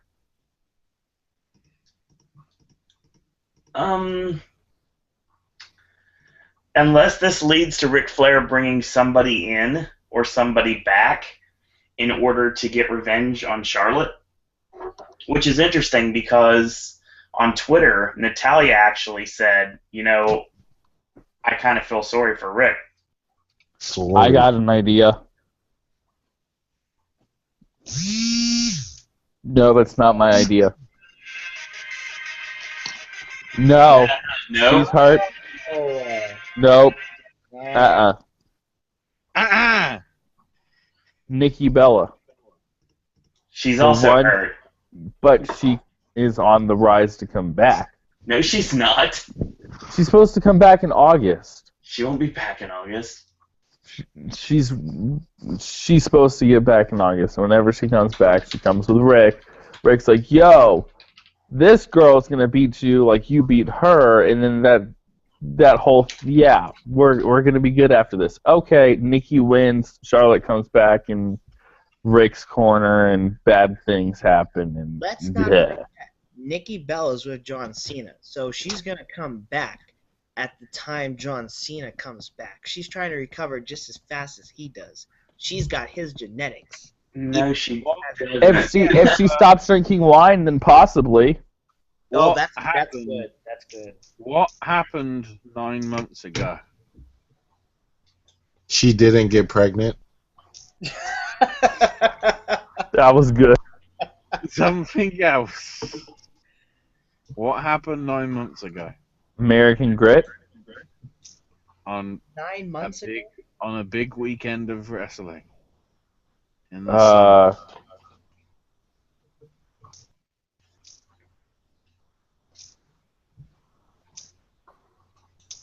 She got fucked by somebody. I don't know. Whoa!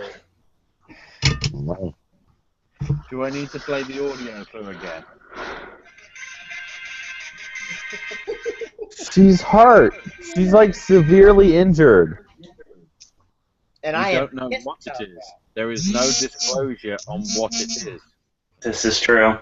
Cleveland, will you turn that damn vibrator down? I just can't. If it's a concussion, look at what happened to Enzo. She had got one of the kneed in worst the head concussions. by a referee at a live event in Charlottesville, Virginia. Wow, that's what happened? Yeah, that's what happened.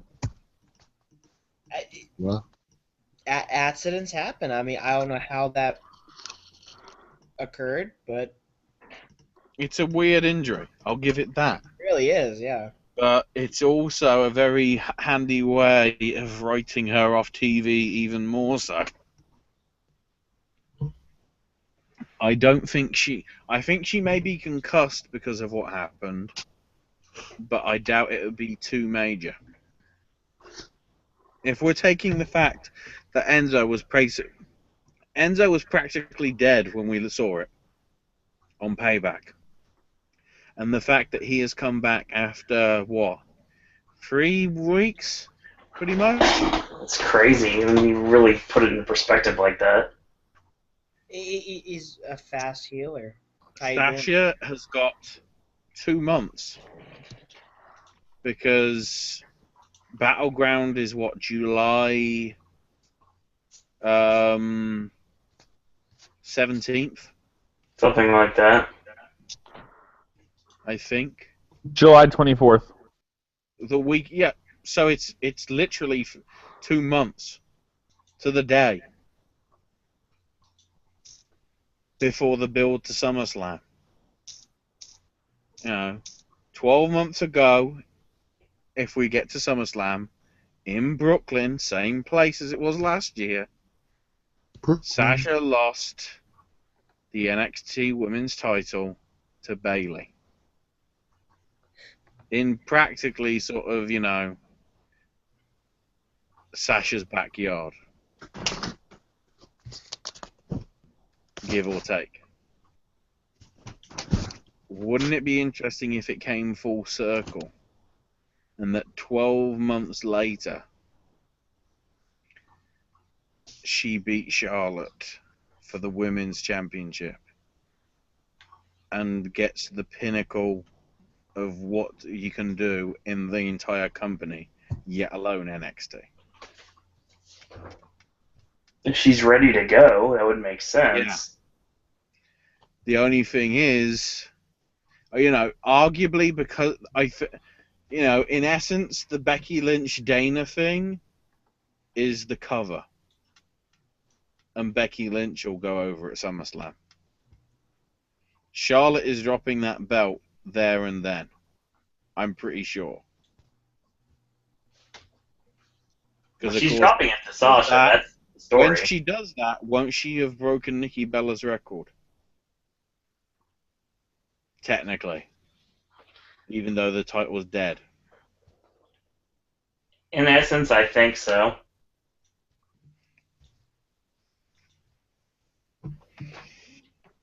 Because I'm pretty sure she had the belt for, like, what was it, 290 something? Which would be roughly where 251. SummerSlam.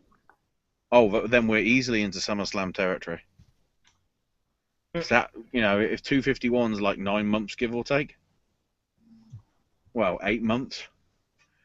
If we go from Hell in a Cell to SummerSlam, that's 10.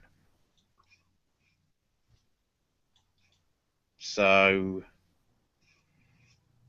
Charlotte sets the record for being Divas / Women's Champion, whatever you want to call it. And then the new champion begins afresh. Whether it be Sasha or Becky. They've got the plot points either way, because Sasha's basically the one everybody wants. But then Becky's also sort of the one that everybody wants, but also has the added little twist of obviously the whole Emma Dana Brooke stuff. What does everybody want? What does everybody need? Grader. I prefer to see a young guy who doesn't know what he's doing than an old timer who's past it. But we'll get to that on Wednesday. Oh, by the way, 44 hours. I'm going to kick you in the face. What is this? What are we You will in counting down? 44 hours once you hear what happens. Oh, is it about NXT? I already know, and I'm already mad about it. No, it's much worse. Much worse. What are we counting down? Exactly. Oh God, The I don't, answer is the I don't code. fucking care anymore. The answer is the code.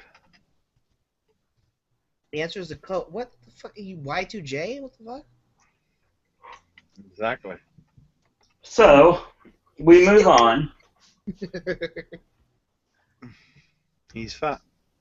to our fourth and semi-final match of the evening when it comes to the Money in the Bank qualifiers. It's the semi-finals of the Money in the Bank. Yes. It's the second to last match of the night, and it's Dean Ambrose versus Dolph Ziggler. Mm-hmm.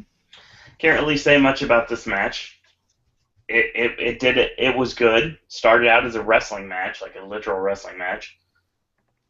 And Ambrose later on in the match hits a butterfly superplex, which looked good. We go into a sequence where Dolph gets shoved off the top, and a standing elbow drop, which Dolph rolls through for a near fall. He hits the name dropper for a near fall. The super kick is caught, spun around, ducks the clothesline, and they collide with the crossbody. They trade punches when they get back to their feet. Dolph hits the super kick, transitioned into the Nigel. Dean heads up top. He gets caught with a Pillman counter. The splash into the 10 punch. Powerbomb countered into a sunset flip. Ambrose kicks out. Dolph goes for the zigzag, gets swatted off. And clean dirty deeds 1, 2, 3. That's just fine. I didn't mind it.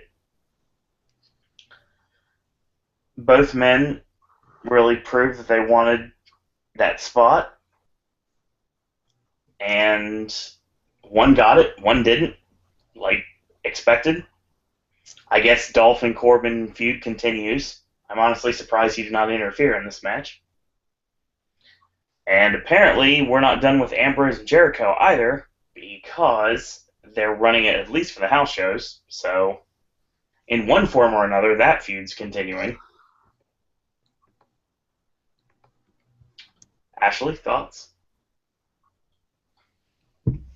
It made sense because of the storylines and who's already in, Right. and who's very good at ladder matches. Yes. Which some would say Ziggler is, but you know, let's just say there's a multiple of combat reasons for any zone to Yeah. why John is a perfect choice. He's got plenty of. He's got a whole lot of Moxley. I mean Moxie. Yeah. Bring it low. What again? Drake's got a 10. CZW coming to the Popcast Network soon. Pay-per-view. It's all you. Tournament of Death 15. The Cage Alive. I still love that song. It's a great song. It's Drake's Well- time. It's Drake's time, exactly. Oh, 10. Oh, yeah. Drake's got a 10. That's true. That's what happens if you live in Florida. Will.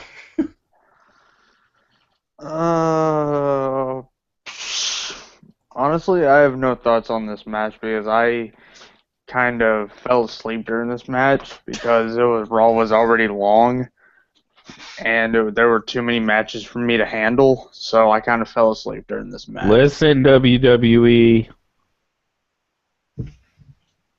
I'd much rather Well, see wrestling than Let's be honest. promos that make no sense. There's a channel called Sci-Fi that's available on Friday nights. Yes, sci-fi showing Raw. 2-hour version. Oh, Which is so probably only- that's what that was? I thought Raw was moving to sci-fi. Oh. No, Todd Chrisley didn't win that easy. It's the 2-hour edit. You see, the thing is, what should happen is more people watch it on Sci-Fi in the 2-hour edit form Right. than the 3-hour live version, and then WWE might go, oh shit, we might want to do 2 hours again. It would be nice. Well, yeah, I mean, it's going to be interesting. Because to if the third hour is going to be fucking dead because of basketball or football or ice hockey that doesn't involve a ball because fuck a ball, it makes sense. If you can run those 2 hours and then the third hour is nothing, it makes the viewing figures look stronger because if there's a bad third hour, it pulls the overall average down. Oh yeah, big time. Even if it is Toronto versus the Cavaliers. Aaron, any thoughts on the match?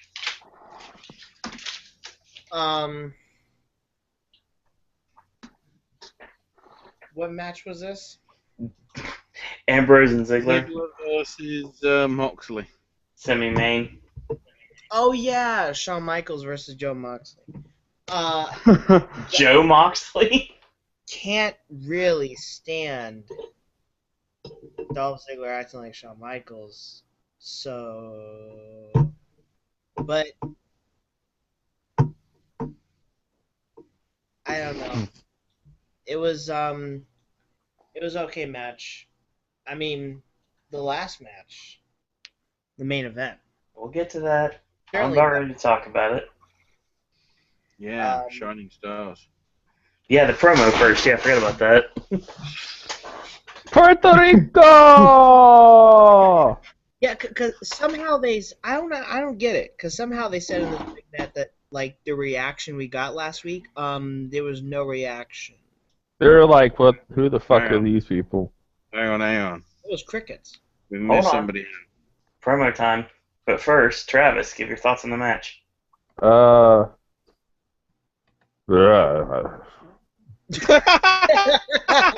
That was so good. That is very well said, Travis. I'm joking. Burn in love. We can go on forever.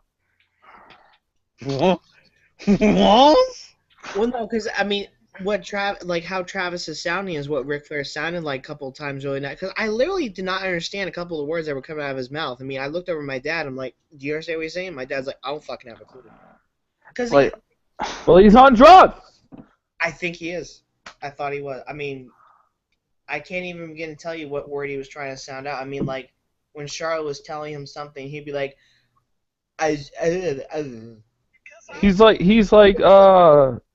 He's like Sylvester Stallone. I mean, I guess it's funny in a sense, but there could be like a medical issue that's not funny. But I don't know.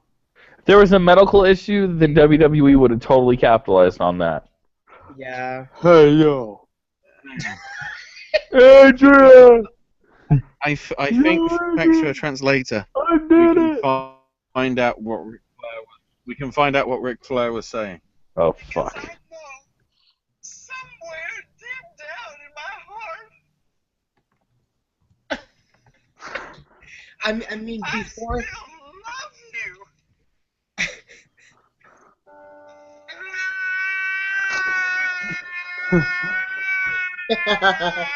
What the hell is wrong with my game? I'm stuck.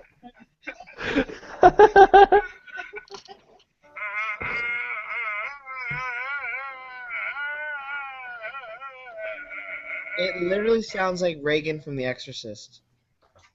You'll hear that soon enough. I know. Your aunt and daughter. You'll hear that in 113 days, Aaron. Oh my God, Will, with that voice. I'm stuck. I'm stuck. So You're stuck? That's what she said. Promo. No, I'm really. it's even popped off for a bit. Yeah. Jeez. Right. So Rick's walking backstage, walking past Titus O'Neil. Oh shit, he's on product. Thank you. Oh my god. Shaking hands with Arn Anderson and whatever. Renee grabs him and says, we didn't get a reaction from you. Have you got anything to say? And it was a very emotional time. He said this. I like how very symbolic it was. It just.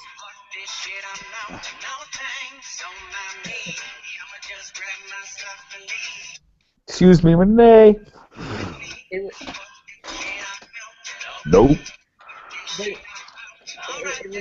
it was so symbolic. I'll fuck just step in. I don't care. I'll get the fuck up out of here. Mic drop. Sorry. It was so symbolic though. They zoomed in on the sign "exit" on the door. Fucker. You can't say you and fucker. Maybe that's What? what I'll do. They find her or go and fuck her. Fuck her right in her pussy. Yes. What the fuck? Owen, I'm serious. Please take control of your show again. But seriously though, when Renee said, "Do you have anything to say?" What the fuck did Rick say? Because I had no fucking clue. He said not now. I think he was trying to say something, but I.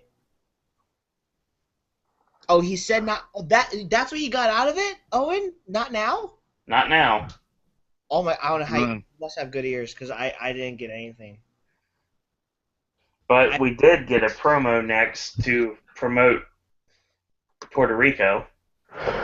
Puerto Rico, the shining star of the Caribbean.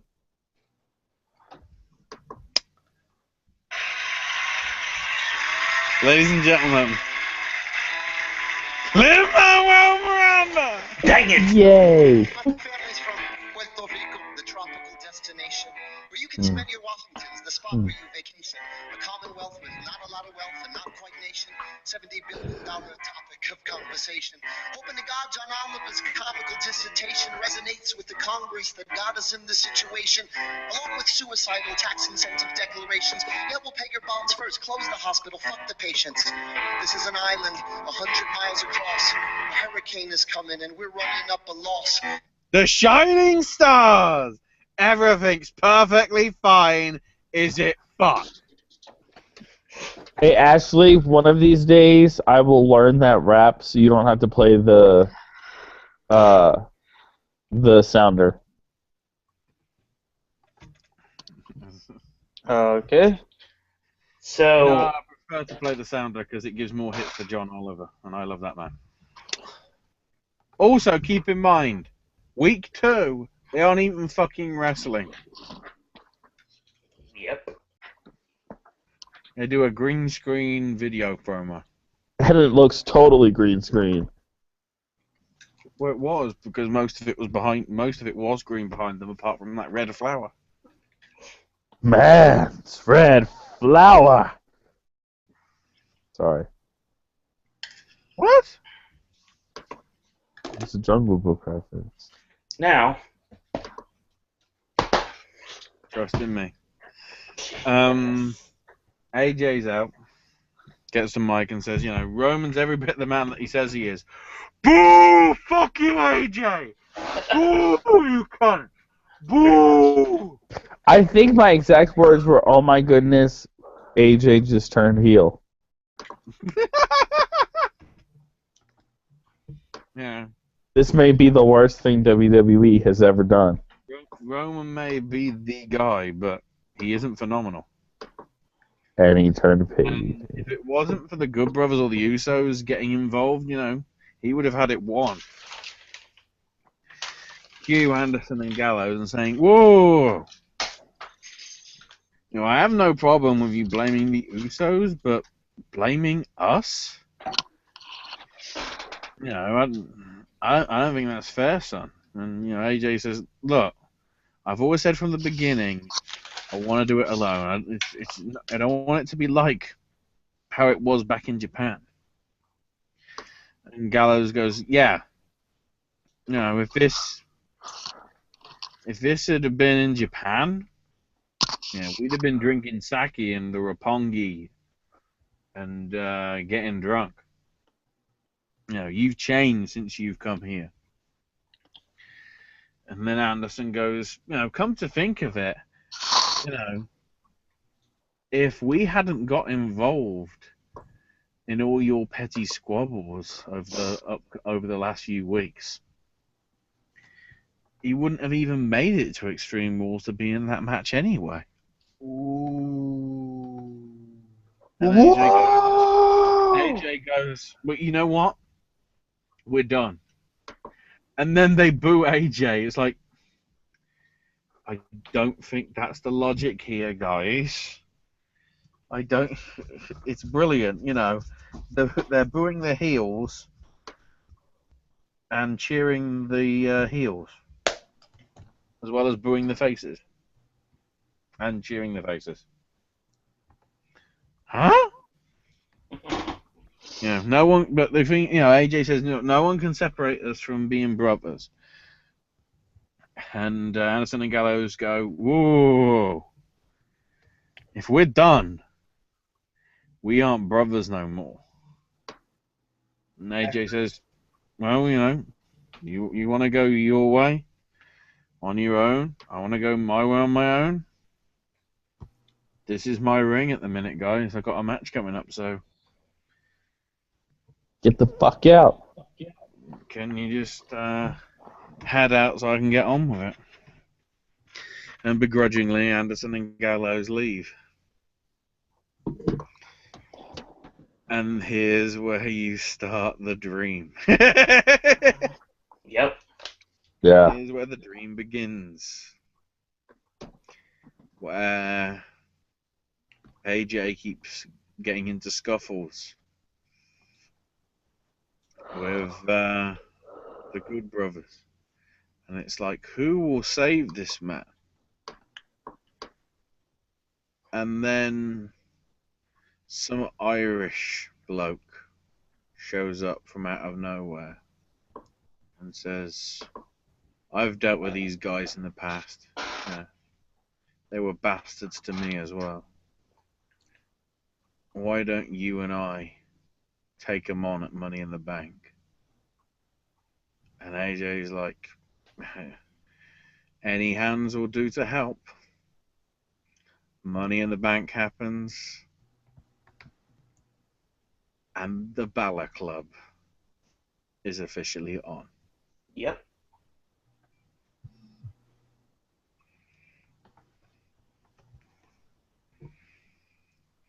because it's right after TakeOver. Still allows a couple weeks for Balor to debut and to build to the tag match. And then we if you're building to NXT anyway, he could show up on the Raw oh, I'm sure he would. before.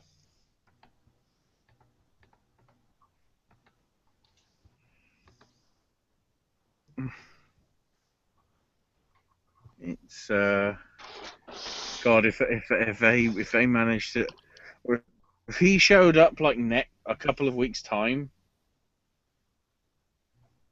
No, actually, no. That would Raw would be no, because then it would be the go home Raw, wouldn't it? After then, so Set up AJ with a mystery partner. Possibly, but yeah, I'm just trying to work it out. You know how can they work it in? Because the best bit would be if we had Balor come out to save AJ from being attacked by the Good Brothers after he's in a showcase match with some bloke called Samoa Joe. Sorry, I'm just fantasy booking here. Well, yeah. Because if that happened, everyone will go, "Oh, you're coming in TNA! Don't copy them!"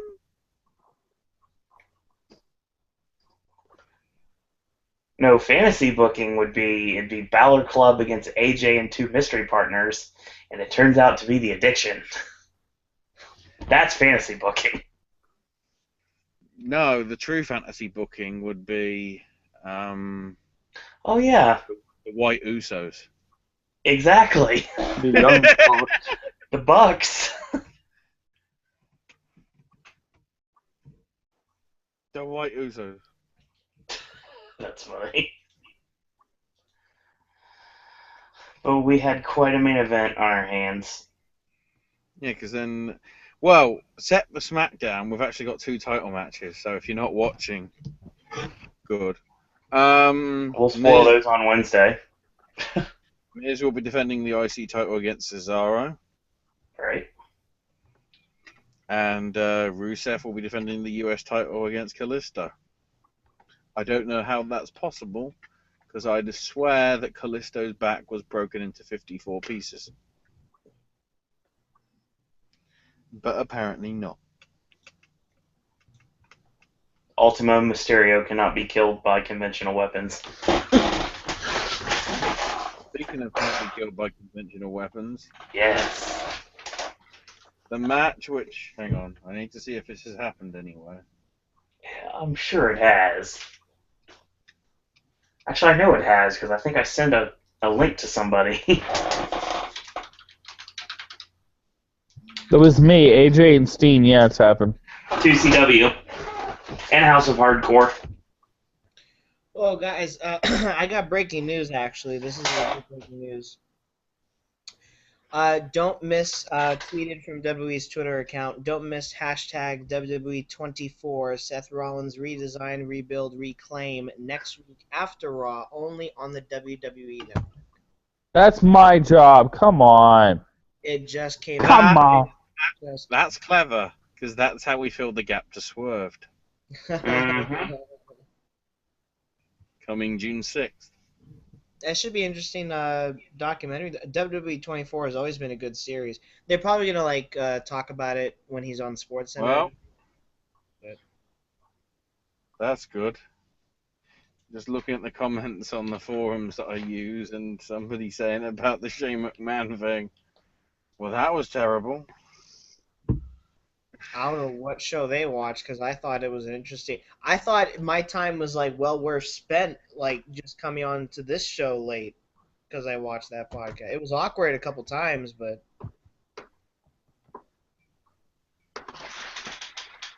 Yeah, I'm just gonna watch it sometime this week. I wanted more. You want more? More. Oh, I know what you're doing. You're going to get it. Rocky Horror Picture Show. Main event time. And what a main event it was. AJ Styles versus Kevin Owens for the 5th slot in Money in the Bank. And yes, at exactly 10:58 p.m., Kevin was a hero. that's right. Yay! So, I just have the notes for this match, so I'm just going to call it. So he backdrops AJ to the floor. There's a half of the ring steps is set up outside, so keep that in mind. A power bomb is blocked, and AJ rams Owens in the apron. AJ hits the multi-shots into the spinning back fist, but he ducks it the first time. And he gets it the second time, and he hits a sliding forearm for a near fall. Hits the wheelbarrow facebuster. Shout out to Adam Flash for 2. And he goes for the clash, but he backdrops out of it, charges in, eats the high elbow. He pulls him off the buckle. Owens hits a release German suplex and the cannonball for a near fall.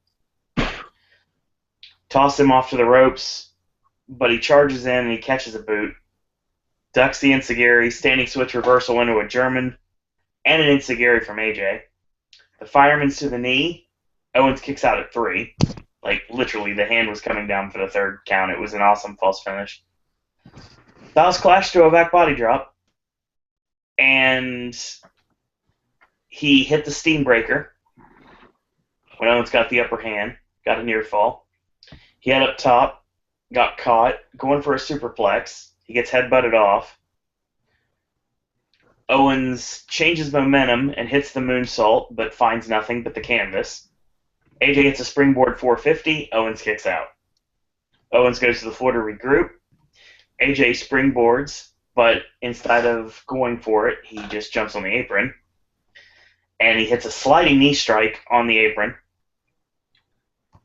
When they're battling on the floor, he charges in. Owens catches him and powerbombs him on top of the ring steps. AJ beats the count at 10. Toss to the ropes, pop-up powerbomb, but leapfrog from AJ, hits the Pele kick, near fall there. AJ goes for the springboard forearm. Owens super kicks the ropes, causing AJ to crotch himself. Short arm into the pop-up powerbomb. Kevin Owens wins clean in the main event of Raw. No good brother interference, nothing. Owens won clean as a sheet. Amazing match. To the shock of absolutely no one. I'm happy Owens went over clean. AJ losing is not a big deal. There's bigger plans for him anyway. Well, not necessarily bigger plans than that. I mean, he's doing something else with Money in the Bank, like we alluded to earlier. So you're going to start building that up next week. And Owens will move on to be the one who eventually wins Money in the Bank and successfully cashes in, most likely, like Ashley said last night, at Night of Champions.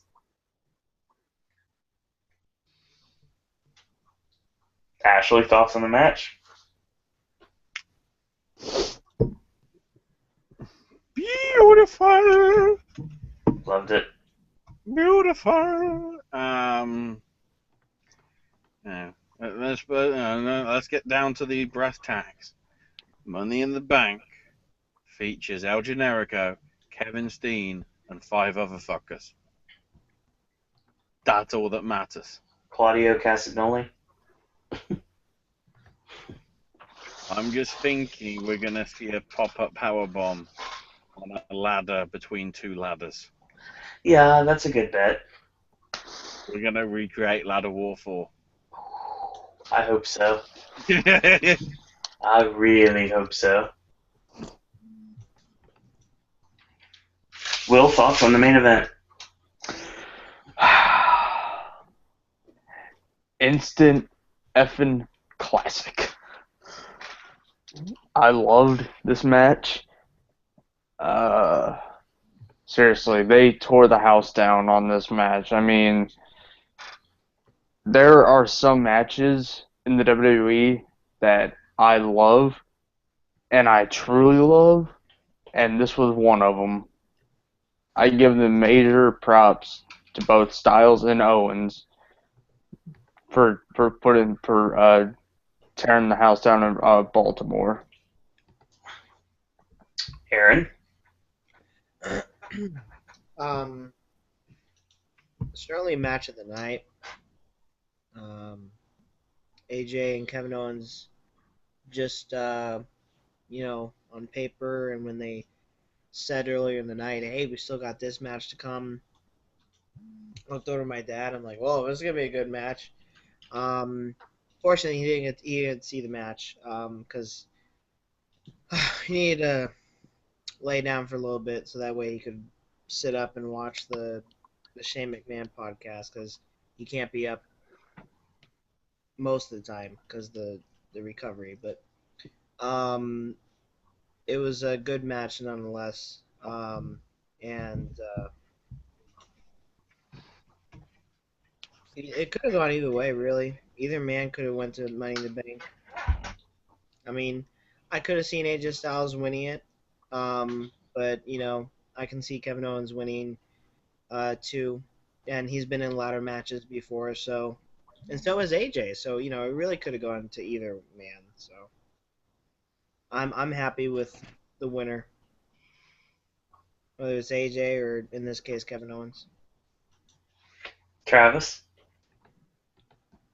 I'm very excited that Kevin Owens is going to be in the Money in the Bank match. This isn't Nakamura Zayn worthy, but it's probably going to win the Slammy for Match of the Year. No, the Slammies are going to keep Roman strong. Yeah.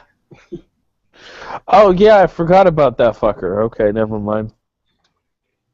The Slammies are already booked for an Extreme Rules match.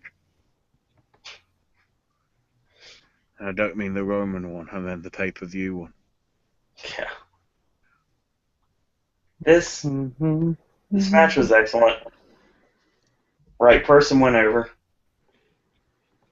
AJ will have his hands full with Gallows and Anderson starting next week. They'll start to build the Money in the Bank. And with Balor going into a cage with Samoa Joe in a couple weeks, that's obviously going to lead to him losing and then moving up to the main roster. Or he could pull a Kevin Owens and he could still be NXT champion when he's going and helping out AJ Styles. And then by the time we get to Money in the Bank, he won't have the title anymore. I mean, there's a lot of directions you can go here. Is this where I bring up the conspiracy theory? Go ahead. I just noticed, and I think it's an interesting point.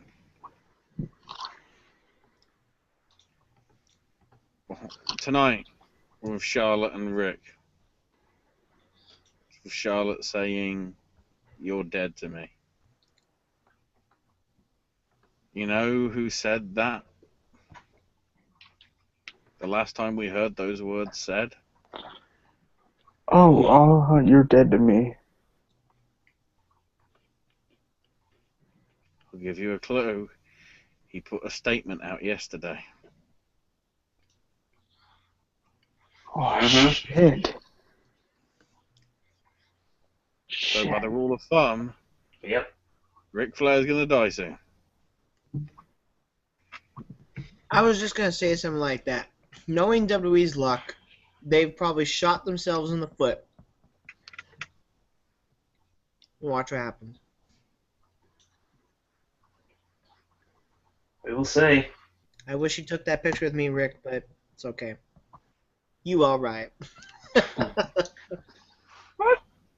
We will see what happens and what direction we go from here as we go down the road to Money in the Bank. And, of course, that will lead us to Wednesday, for the Wednesday Wrestling Podcast, and that will be at 9:30 p.m. Two things debuting on that show. First off, Will's going to talk about Ring of Honor, Boom. and Travis is going to talk about UFC. Yay. Aaron will bring you information from I Believe in Wrestling. I don't know if I should say it now or off air. You better say it now, because I need- don't say it at the last minute. I need to talk about the placement of my belief segment because I can't be on the show for 5 hours Wednesday night. I got a Thursday job interview. Oh yeah. Hey, good luck on that, bro. Thank you. Keep it secret. I don't want anyone to know publicly until it's confirmed I got the job. But Boy. I hope I do, at least. Oh boy. At any rate, we're also talking Lucha Underground, Impact Wrestling, and NXT, and a lot of news, including PWG, Prince, Yes. the AIW JT Lightning Invitational Tournament, Did I say your Prince? and we're going to I know talk, exactly who he's talking about when you say Prince. and we're going to be talking about Cody Rhodes and Adam Rose leaving WWE. All this and more Wednesday on the Wednesday Wrestling Podcast. But I think that's going to end tonight. Real quick, shout out to Cleveland for joining us for a bit. Finding him on Twitter at ControCleve, Cleveland Henry on YouTube, and ControCleve on Snapchat without the E. And Will. Okay, so you can follow me on Twitter, Instagram, and Periscope, all under HH and Dog, DAWG. And as always, the link to my YouTube channel is in the description bar down below. I have some great HHN videos coming soon as we get more announcements. And I'm also looking at doing a Facebook fan page. I will give you more updates on that on my Twitter, of course, at HHNDog. I have a great time every Monday night and Wednesday night talking wrestling with these guys. And as always, had a great time tonight, and I will see you guys on Wednesday. Indeed. Travis. Just follow me on Twitter at Travis Ghoster. I'm too tired to do anything else. It's not even that late, to be honest, but I understand because you worked today. It's 2:15. Yeah. Pretty late. That's not late. I worked 6 hours today. Get off my back. Jeez. Aaron. You can like my Facebook fan page at Mr. Entertainment 92. The same handle goes for the Instagram. Follow my Twitter and Periscope at Mr. ENT92. Wrestling Mino and Vine at Mr. Entertainment. Also follow on YouTube. Subscribe to the channel, Mr. Entertainment. I got some recent vlogs on there from a couple of metal concerts, interview with a metal group here locally in Orlando, and which I'll have a new vlog coming this weekend from their concert, as their former front lead singer is having a farewell show, who is a fellow wrestling fan as well. And that's the Zombie Outbreak interview with a special guest is still to come. I still have not uploaded it, but I still have it, so it's coming. It'll infect you. Just saying. It's pretty good. I liked it. And Zika virus? No, not that. Unless you're pregnant, that doesn't infect you. Yeah. But So, Will, do you have some? Has John Cena put the itis inside of you? Keep talking, Aaron. It was like an awkward silence. Also, a couple of podcasts there and reviews and whatnot. So, and I'm on the Wrestling Wednesday Popcast tomorrow night with these guys with your preview of the Florida J Cup tournament at Believe 122 from I Believe in Wrestling this weekend. I won't be on the show for very long because I have a job interview the next day with Universal Energy Resort. I just wanted to go out and say because I think some people know who follow me on social media, so I'm very looking forward to that. And I'm on the Ghostbusters podcast this Friday night. Nothing going on Friday night, so I'm gonna be on. I'm very happy to be back on. So I try to be on the show as much as You're not going to be at Mango's? one show. I'm not gonna be at Mango's, because I already went there recently. Like when you go there and there's like loud blaring music, it's not something you can go every week. I mean, it's pretty loud in there. But podcast, you can just follow Travis Coaster for that of what time that will start, and that's about it. So thanks for listening, guys, and stay entertained. And we'll see you next week, next Monday night for the WWE Popcast as well. Same time, same place. And Ashley. Right, hang on. I've got to get ready to. I'm going to do this specially.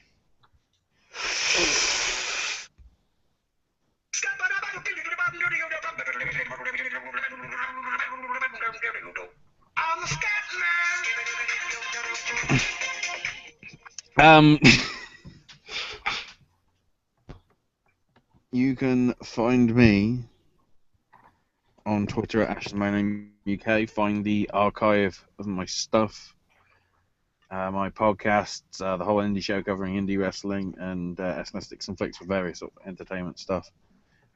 Over at SNSRadioNetwork.com. Gaming with Ash did get put up today. Not much, but blame everybody for that. And thinking about it, yeah, I think that's all I'm doing, I think. All right. Something's happening Wednesday. I can't think what though. Oh yeah.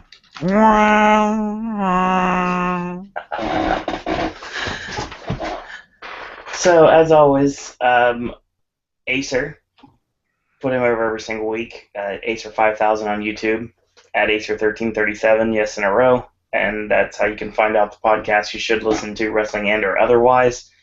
He's a good person, cool to chat with, and he's chatting with everyone in the live chat every single week, regardless of what wrestling podcast you're listening to. You'll find Acer in there.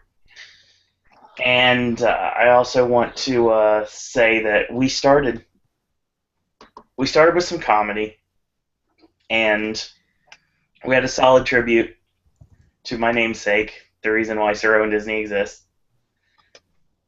And we had some fun tonight. And as always, I do want to thank everyone for watching and listening tonight. And it's officially over. It was over at midnight, like I mentioned last night. But if you go to the GoFundMe right now, they're still soliciting donations for the time being. There has been 2,270 people donating in the last 16 days, and they raised $70,000 for the victims of the Fort McMurray wildfires in Alberta, Canada. Which means 140, because like I mentioned last night, the Canadian government are matching every penny that's donated to the GoFundMe, so that's amazing. And can I also plug in one more thing? I would also like to send my condolences to the friends and family of Nick Menza, the ex-Megadeth the ex-drummer for the band Megadeth, who died after collapsing on stage Mm. So I would like to send my condolences to his friends and family. May God rest his soul. Mm. If you do decide that you're able to donate to the GoFundMe, then the link is in the description bar, gofundme.com/22VQM7W. Every little bit helps. And if you can't, then retweet, spread the word, and let's get some relief for these families who definitely could use it right now. And like I keep mentioning every single time, if this is something that's interesting you, not only you're going to help out the Canadian Red Cross and families that could definitely use it right now, you're also going to, as a thank you, people that donated $100 or more are going to get a special video message from Kevin Owens and Tyler Breeze. And anybody that donates even just a little bit is going to get a follow on Twitter for their thanks. So it's a small thing that they're doing, but they're doing a great bit for these families, and because obviously it hits close to home to them because they're both Canadians.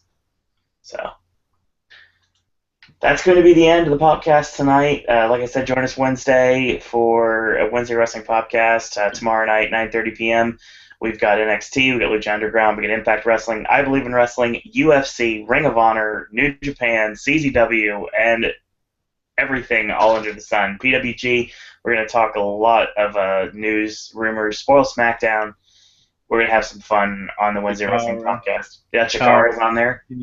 The continuing exploits of the artist formerly known as Chuck Taylor. That's right. We're talking about UFC on Wednesday? Yeah, Travis is now covering UFC.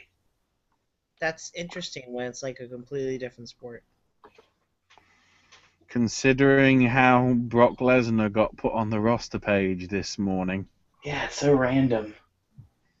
That's weird. That's out of nowhere. Everything's starting to merge. We'll see what happens. That's out of nowhere. So once again, I want to thank everyone for watching and listening. And in a world where there are a billion wrestling podcasts, we're very pleased that once more tonight, or tomorrow, or whenever you watch this, you've chosen a Popcast. I want to thank everyone for watching, and until tomorrow, boys and girls, that's all we got to say about that.